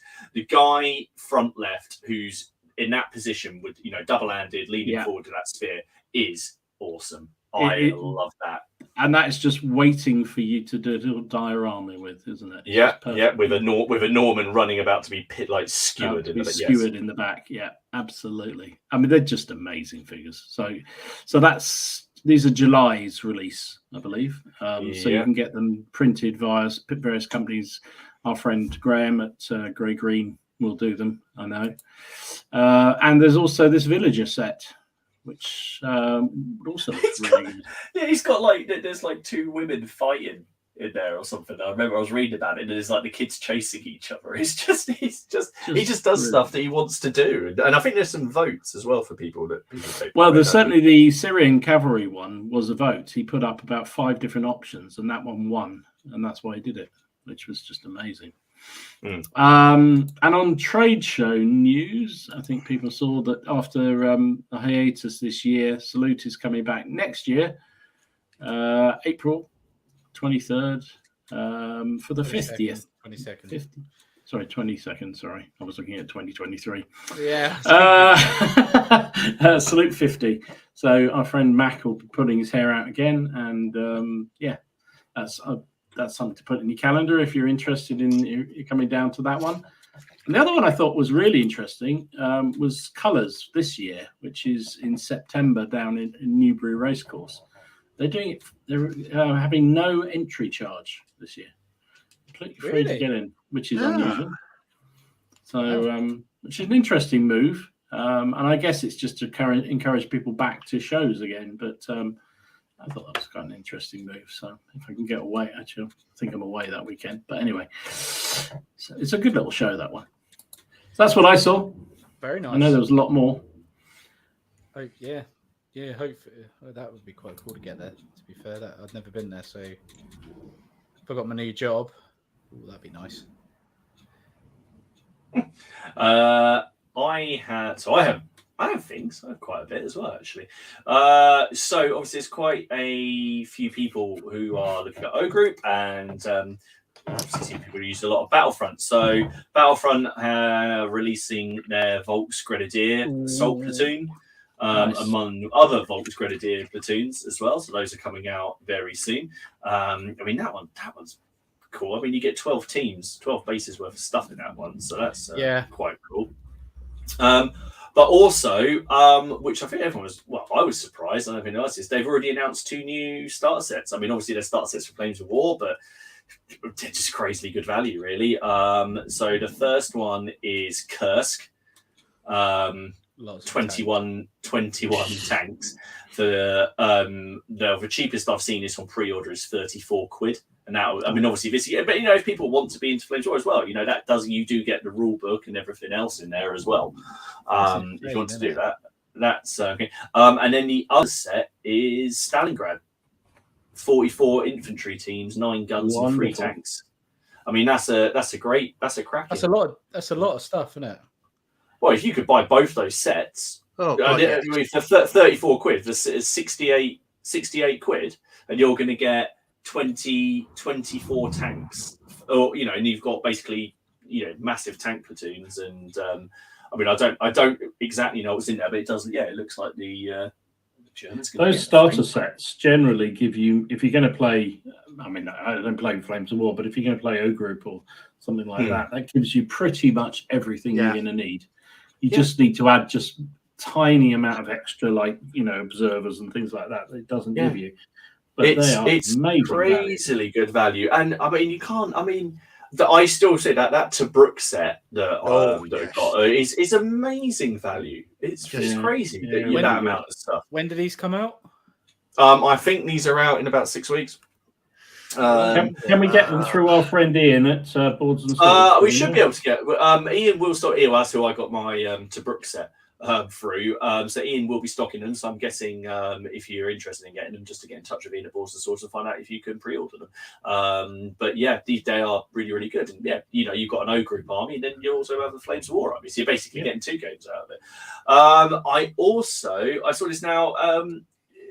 I just saw these and I like them. Now me and Steve talked about Wild West Exodus, and I think I've seen some people paint it in the group, but they're now releasing up some scenery as well. And I just like paddle steamer's really cool. I love the paddle steamer. That's awesome. The Rex steamer. I thought that would be just really cool on the board. Yeah, it'd just be an awesome board. It's generally played on a 3x3 Wild West Exodus, so that scenery. I mean, I imagine that's all quite expensive. But now War Cradle Scenics. Now these are pre-coloured, I believe. So other companies are now stretched out into it, and with the closure of Foreground, which has only got 3 days left of trading, I did notice today. I just thought that was awesome and could be used in it's slightly bigger scale. It's like 32 mil, but you could have, I don't know, it could be cool for Dead Man's Hand. If you wanted to just, that would just basically be your entire one piece of scenery in the middle of the board. Very, very cool. The game that me and Ken played, Conquest, are now releasing. I only put one of these on. They're now releasing sort of command packs. So the game is going strong. So these are the Nords. These are the sort of the Viking / Skyrim kind of people. Remember, these are 38 mil. These models. So they are massive. But yeah, they just the game seems to be picking up a lot of steam. It is fairly expensive compared when you go to other games, but mind you, no more so in Games Workshop. And it's got some quite innovative mechanics, I thought. Especially, we had a lot of fun with it, didn't we? And you're getting 2 games. It was very good. It was the opposite, wasn't it? So it was roll low. Roll low. Except when you were to go first. So that was quite cool. And then we've talked about modern combat. Spectre Miniatures have just released what do you call them? Previews of the UK reconnaissance, the UK Special Reconnaissance Forces, which I thought was very cool. Now, a load of my friends have got Spectre. I've got some Spectre Miniatures actually to paint up that my friend gave me. And it's a game I'd really like to play and try out because it does look fun. And I've watched some of Travis's battle reports and it does look brilliant, especially the one he did with John Wick running around. But was that the one they just walk through everything and kill absolutely everything? I watched a bit of that. I thought, bloody hell. And then they got the little Razor Alpha but they've also got now on Spectre. I have been looking at them because they've got the they're not droids, they're remotes. What do we call them? The dog droid things that you can get. They're not droids. What am I thinking of? You must have seen them now, like the bomb disposal things that have legs that walk around and they self-right themselves. You can get all of those kind of things now. They look like they're out of Metal Gear Solid. So it's interesting, but I know that there's some modern war enthusiasts in there as well. And then finally, just because I know we have some fans in there, is it Monster Fist Fight? Is that the name of the company? Monster Fist Fight? Monster Fist Fight? Something like that. Are releasing The Witcher. So Monster Fight Club, that's it. Now I don't know if this is a war game or a board game, but it's based on the video game, not on the series, or how they look rather in the video game. So I imagine that would excite some people. So yeah, it's been quite a newsworthy week, which is mad because of course we get weeks where nothing happens. Nothing happens. But everything happened this week. So yeah, there's quite a lot on the horizon. So I've just seen I've lost a question. Kaiser asked me how I did the Alsatian for 0200 hours. It was Skeleton Horde. Contrast paint over a white undercoat. Then while it was wet, I blended bits of it with Gore Grunter fur, on its back, and then I blended other bits of it with Black Templar, and then just let it all dry, and then just whack some other bits and bobs on it. And that was it. That's all I did. Awesome. That's cool, man. It is very cool. I do like how you painted your 0200 hours stuff up. I like the uniform color. Did you just use normal field grey for that from Vallejo, or did you do a blend? No, I cheated. I've got a video coming up in the next week because I've had loads of questions since I put the battle report up about how they painted them. I just used this. That's all I did. Wow. That's all I used. Best way. That's it. That's all I used, and then you put wash over it. I put wash over it, and then some spotted dry brushing, and that was it. They look like Germans. They'll be good enough for me. I know that's going to probably upset someone, but they were good. So it's the same with the SA. It's the same with the SAS. Last week when we were, yeah, well that's it. I mean, I don't know, an individual one takes me less than 10 minutes to do from undercoat to base, all the way to base. That's how I did all my Russian 15 mils. Exactly that way, just using relevant, just a khaki spray. Yeah, but these models, they take it because these models are all at ease. They're not they're quite. There's a few who are kind of crossing the weapons over their arms, but they're all there's people who are just leaning out there, and you just get all you can get at the uniform and get all the nice details and the buttons and that on there. So no, that's why I've enjoyed them. And then the SAS as well, I've done very similar. I undercoated them with it's called Ossified Earth. It was from the Color Forge range of sprays, and then I just contrast paints, picked some areas out, washes, face done, and I'm pleased. They're good enough for me. So excellent. Yeah. No, they look good, dude. They look good. Steve, just an update for you from Andy. Steve, update on the grenade thrower Marine. You can pose him to be get a body recall for an M79 or an M60. Might have to try that. There you go. Thought that might be good for you. Thought you'd enjoy that. No, that's cool. No, that's awesome. There's quite a bit of news this week. Like Martin said, sometimes we have barely any. Sometimes we have absolutely shite loads. And we're going to be the tickets for CrackCon go live on the 1st? Next Friday. Next Friday. Yeah, next Friday. At 12 noon UK. 12 noon UK. You heard it here.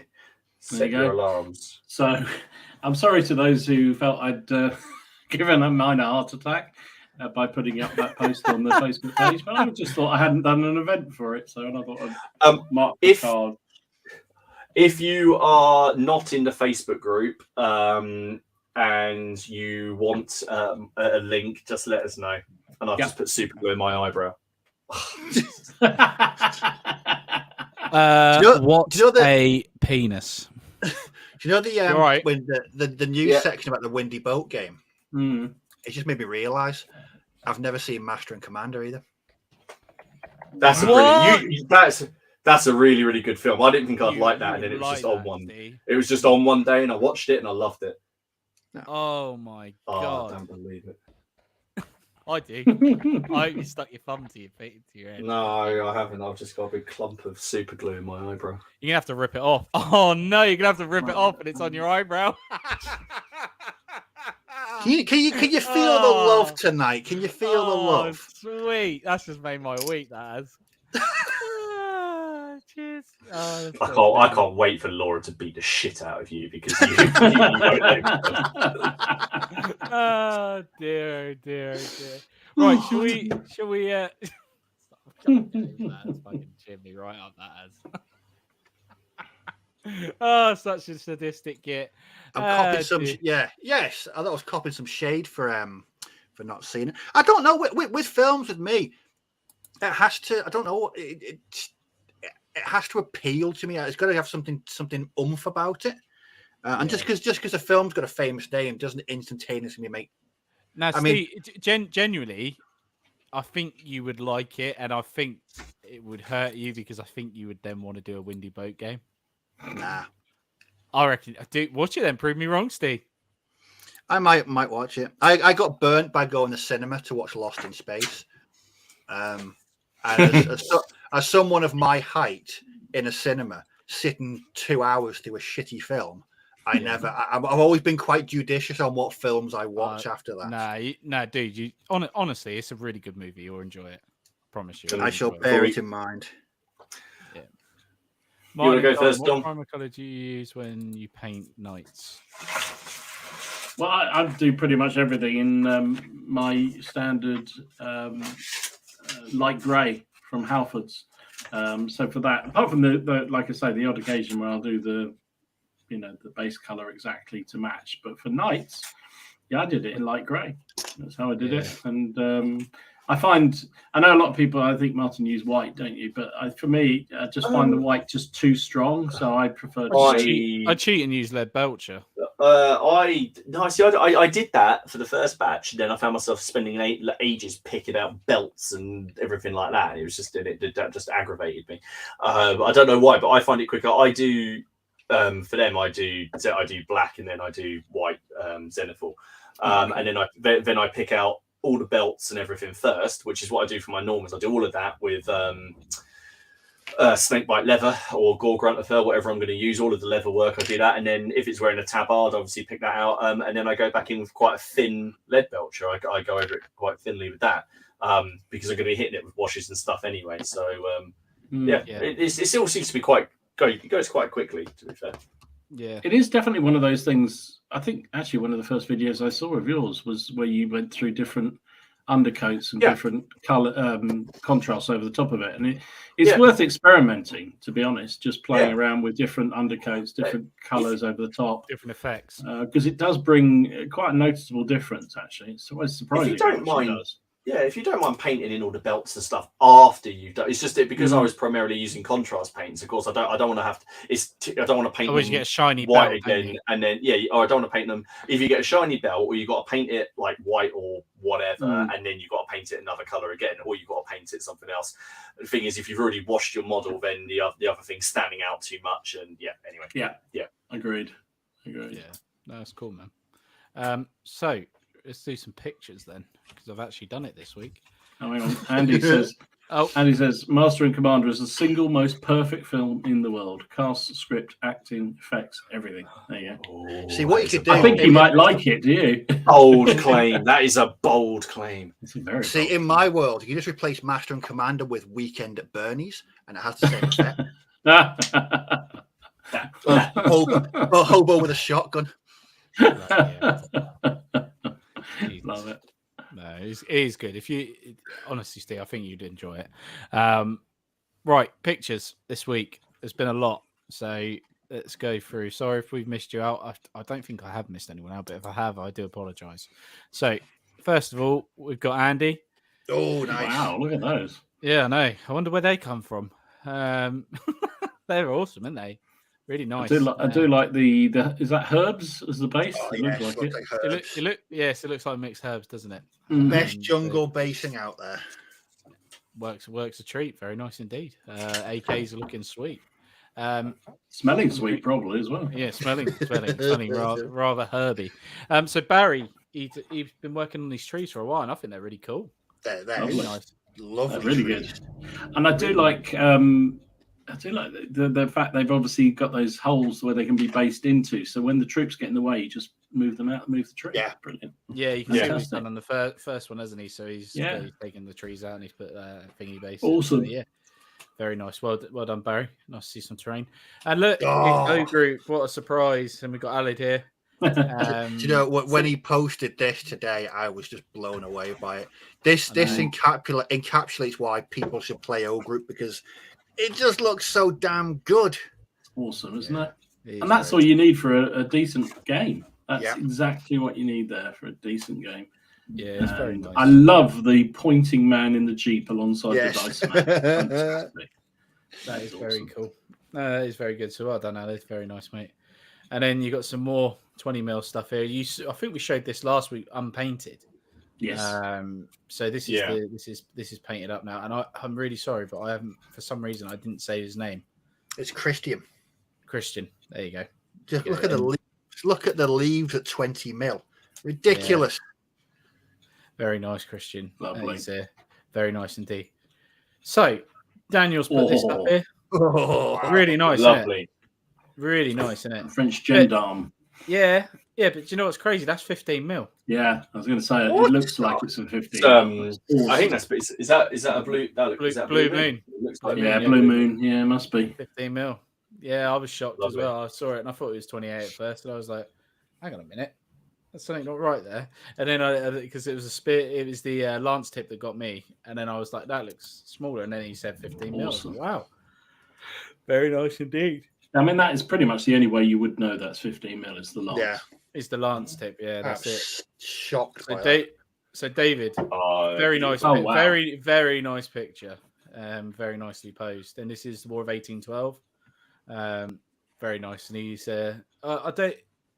Who are these? These are Americans, are they? They're no, they look like they must be Americans. Yeah, don't know enough about the 1812 war. No, even do I. But they've got to be Americans because we wouldn't be wearing red. They could be loyalists, but they could be. Yeah. If you know in the comments, please let us know. It looks like an American flag, though, doesn't it? So like that state flag there. It's very American-y. I do like the upping the game in terms of the setting of the camera. Yeah, the photography. Yeah, no, that's very nice. Impressive. He spent some time doing that. Fair play. US militia question. Yeah, that's what I would say too. US militia. Yeah, very nice. I was quite impressed. I must admit. And he said, "Why do more people play it?" So it's a good shout. So it is an odd thing, isn't it? Why is 1812 campaign not played that much? I mean, I don't think many people are as aware of it because unfortunately it's running the same time as I guess it's just because people just don't know as much as they maybe should about it. Maybe that's it. Yeah, maybe.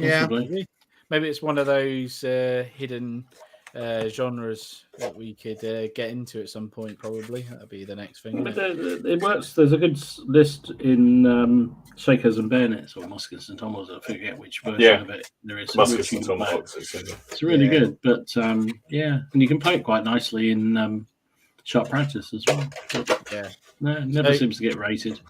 No, very true. So Dave Tuck, I've given him 2 pictures for a very rarity, and this is because he's done a pike block. Wow, 6 of them, which looks absolutely awesome. Which I think the army that Ken would say, is that a pike block or is it an army? And to Ken, that is a pike block. I was thinking the same thing. Yeah, exactly the same as what I was thinking. 96 figures pike block. Yeah, that is very. Yeah, so well done. And also, Dom, I hate to say it, but I think David has taken you. This is I think he has outshedded me. Definitely. I think because I believe David would require planning permission for that because it's over 2.5 meters. It's got a proper roof, and it's got a proper roof. So, and it's even got a security alarm. Good to see David. He was so excited he can't even hold the bloody camera still.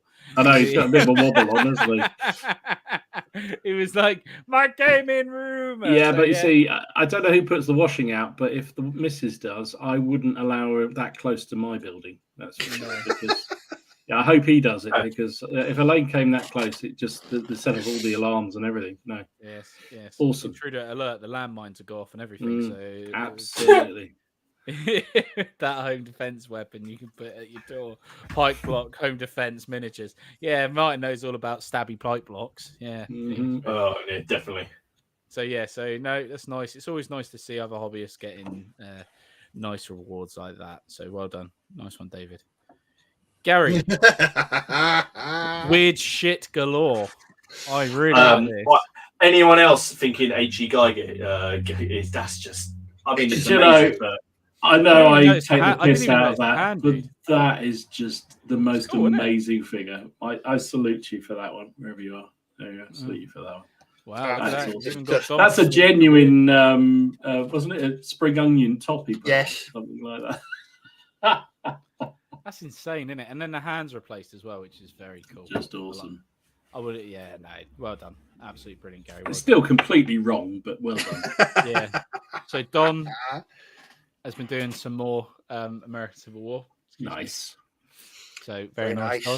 Mm-hmm. Yeah. Oh, sorry. Oh my god. Apologies. Don't worry, Don. I definitely will. No problem. Yeah, no, the bases look awesome. I love his basing on this. They're very, very nice. Yeah, they are very nice. Felix been doing some more 6mm American Civil War. Nice. It's been a very high week for the smaller scales. Definitely has, isn't it? Someone commented, I think there was very little 28mm this week. Yeah. And I think probably is this the one week that I was right that 28mm is dead this No, week? You weren't right. No, you weren't right. That's just dabble with the truth now. Yeah, dabble with the truth. So Greg's done a Yag Panther. You know what? That's 15mm. Yeah, that is 15mm. Shut the front door. No, yeah, really? Yeah, that's 15mm. Gee whiz. Good, isn't it? And I guess he's done that with an airbrush. I don't think he had. I don't think he had. That's hand. No, that's freehand. Oh my goodness! I'm throwing mine in the bin. You can. Who is he? I'm going to get him to commission to mine. Jesus, that is beautiful. Lovely, isn't it? Do you know what? While I'm on it, right, I've got a tip for. See where he's done the panels there. How we put our known oil washers in it, right? This is the train people that taught me this. They do. You can get an acrylic panel wash from MIG, and my God, is it good? I will show you results next week. It flows like a beaut. It gets in all the recesses. But the good thing about it is you can get a cotton bud after with a bit of isopropyl alcohol and just wipe off the other stuff, just really gently, and it just comes off. And it just, oh my God, it looks amazing. and I'll show you next week. It's changed the way I'm going to ever do vehicles because Okay, is this going to be a new weekly section called Tales from the Fiddle Yard? Fiddle-dee-dee, fiddle-dee-dum. But yeah, but no, on a serious note, the panel wash by Mig, honestly, get some. What did Dom just say? Did you say fiddle me this? He's not the Riddler, he's the fiddler. He's like, Fiddler, that's it. That's it. Fiddle me this. Fiddle me this, fiddle me that, fiddle me getting that. God. Right, back to normality. Josh, yeah, Oh, Josh lovely. Lovely. You can rely on Josh to do some decent 28 now. Jeez. Yorkshire Dragoon saying sounds like the Tamiya panel liner. Yeah, it's probably very similar if it's an acrylic. But yes. I think Dom's killed Martin. No, I just thought back to when he called him Fiddly Ken. It just reminded me. This is one of the best names I've ever heard. Oh, that's super glue. Nice and firm and dry by now. Luke's done some really cool stuff. There's the Formians from Slain. They're really cool. They're really cool. I've got to say, I really like what he's done here compared to the studio job. In the studio job, they were kind of more blue. But I really like this. I don't know why. I just really like this. They're very cool. Well done, Luke. Fucking hell, Lee's done the fiddler and the roof. Fucking hell. This is my channel. Ease up. Fiddling Fridays. Fiddling Fridays. That Ken's live stream.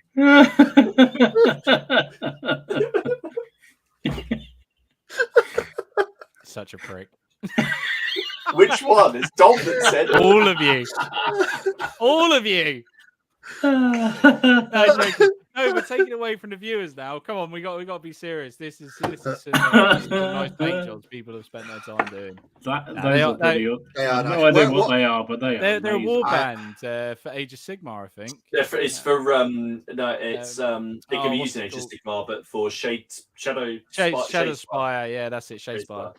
Yeah, no, they are cool, and I like the individual basing on them. He's really taking his time with them. So no, well done, Lee. Well done. Matt has finally finished these off.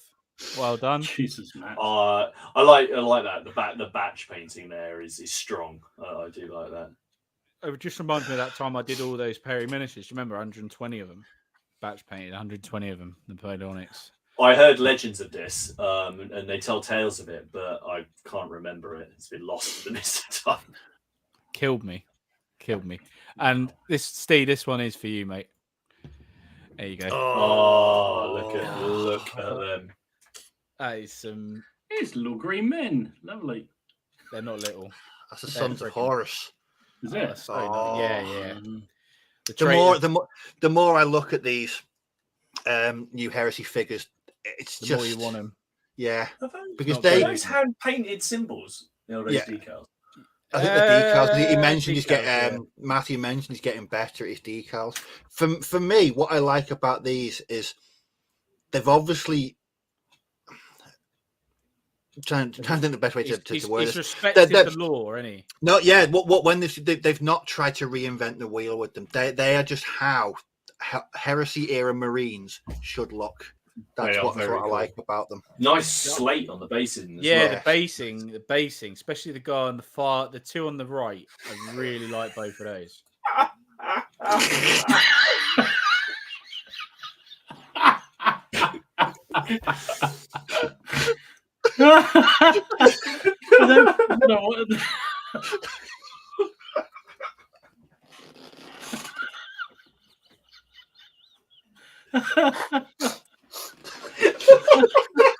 For those of you that are listening to this instead of actually watching, my co-presenters are putting comments up on the screen. Oh, I didn't write it. No, we didn't write it. Oh my God. I can't repeat them because we probably will get a channel strike, so I'm not going to. We won't. No. Oh, but let's just put it this way. Beautiful. Wait till cheers. all. And then Lionheart just comes in with the laughing. But yeah, just get going back to Matthew's awesome Heresy Marines. They're fun. I mean that green is just absolutely just so good. Nailed it. Very good. Fucking hell, you guys. Jesus Christ. Oh dear. Oh dear. Right.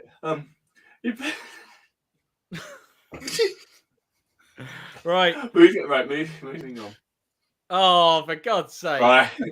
I love it how Robin just manages to just break it. There you go. Oh, right. Dear. Back to sensible normality. Okay. Behave. Right. Simon. He's done some command bases. Ooh. Very nice. Yes, very nice indeed. It Very is very nice indeed. I like the parasol.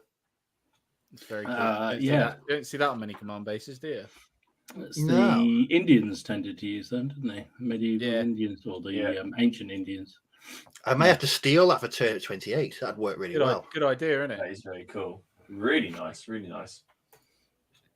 You got he's done his Churchill, and he's also done his Stuart, which is very nice.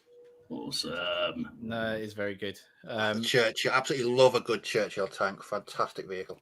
Yeah, proper workhorse. Steve, he finished his Oathmark army off of this. Now he said he's moving on to a second army now. So that was very cool. Really like the look of that. Awesome. Different Steve this time. A skeleton riding. What the hell is that? From Kings of War, isn't it? Yeah, that is very cool. I thought you'd appreciate this, Steve. I'm thinking of about 400 award goes. I'm thinking about 400 things I could do with that model. I know, it's crazy, isn't it? And most of them are illegal in America. Pipe down, you. No, that looks really. See, even for turnip, you wouldn't have to do an awful lot to that. You really wouldn't. No, that is very, very cool. No, I really like that. Right, I'll be tracking that down. Yeah, I thought you might. So, Tony Hinton West, he's done some Lord of the Rings. Cool. He's away. He's away from his Austrians this week, so he's in the UK. He's away from France, so he's doing these bad boys at the minute. These are the Forge World ones, aren't they? I don't know. Those are the Iron Hills doors. Yeah, they're Forge World then. Yeah. Yeah. So yeah, Tim. Hey, good on Tim. Some more group, looking absolutely cracking. Really. This is the base he showed off last week, wasn't it? Yeah.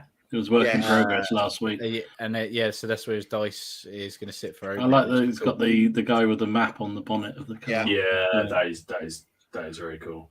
Nice he's even pointing, isn't he? So that's even cooler. That's what I said earlier. The good thing is you don't actually need one of these at all. But I think people are doing them, which is a bit of a, I don't know, it's a bit of an escape from just doing the same base over and over again. If you could spend a little bit of time doing a mini diorama, yes, I'm absolutely approve of it. It's very nice. And then you got finally Stu. Oh yeah, it's land there. Yeah, Prussians. His stuff gets better and better, doesn't it? He's just an awesome painter. Yeah, he's just incredible.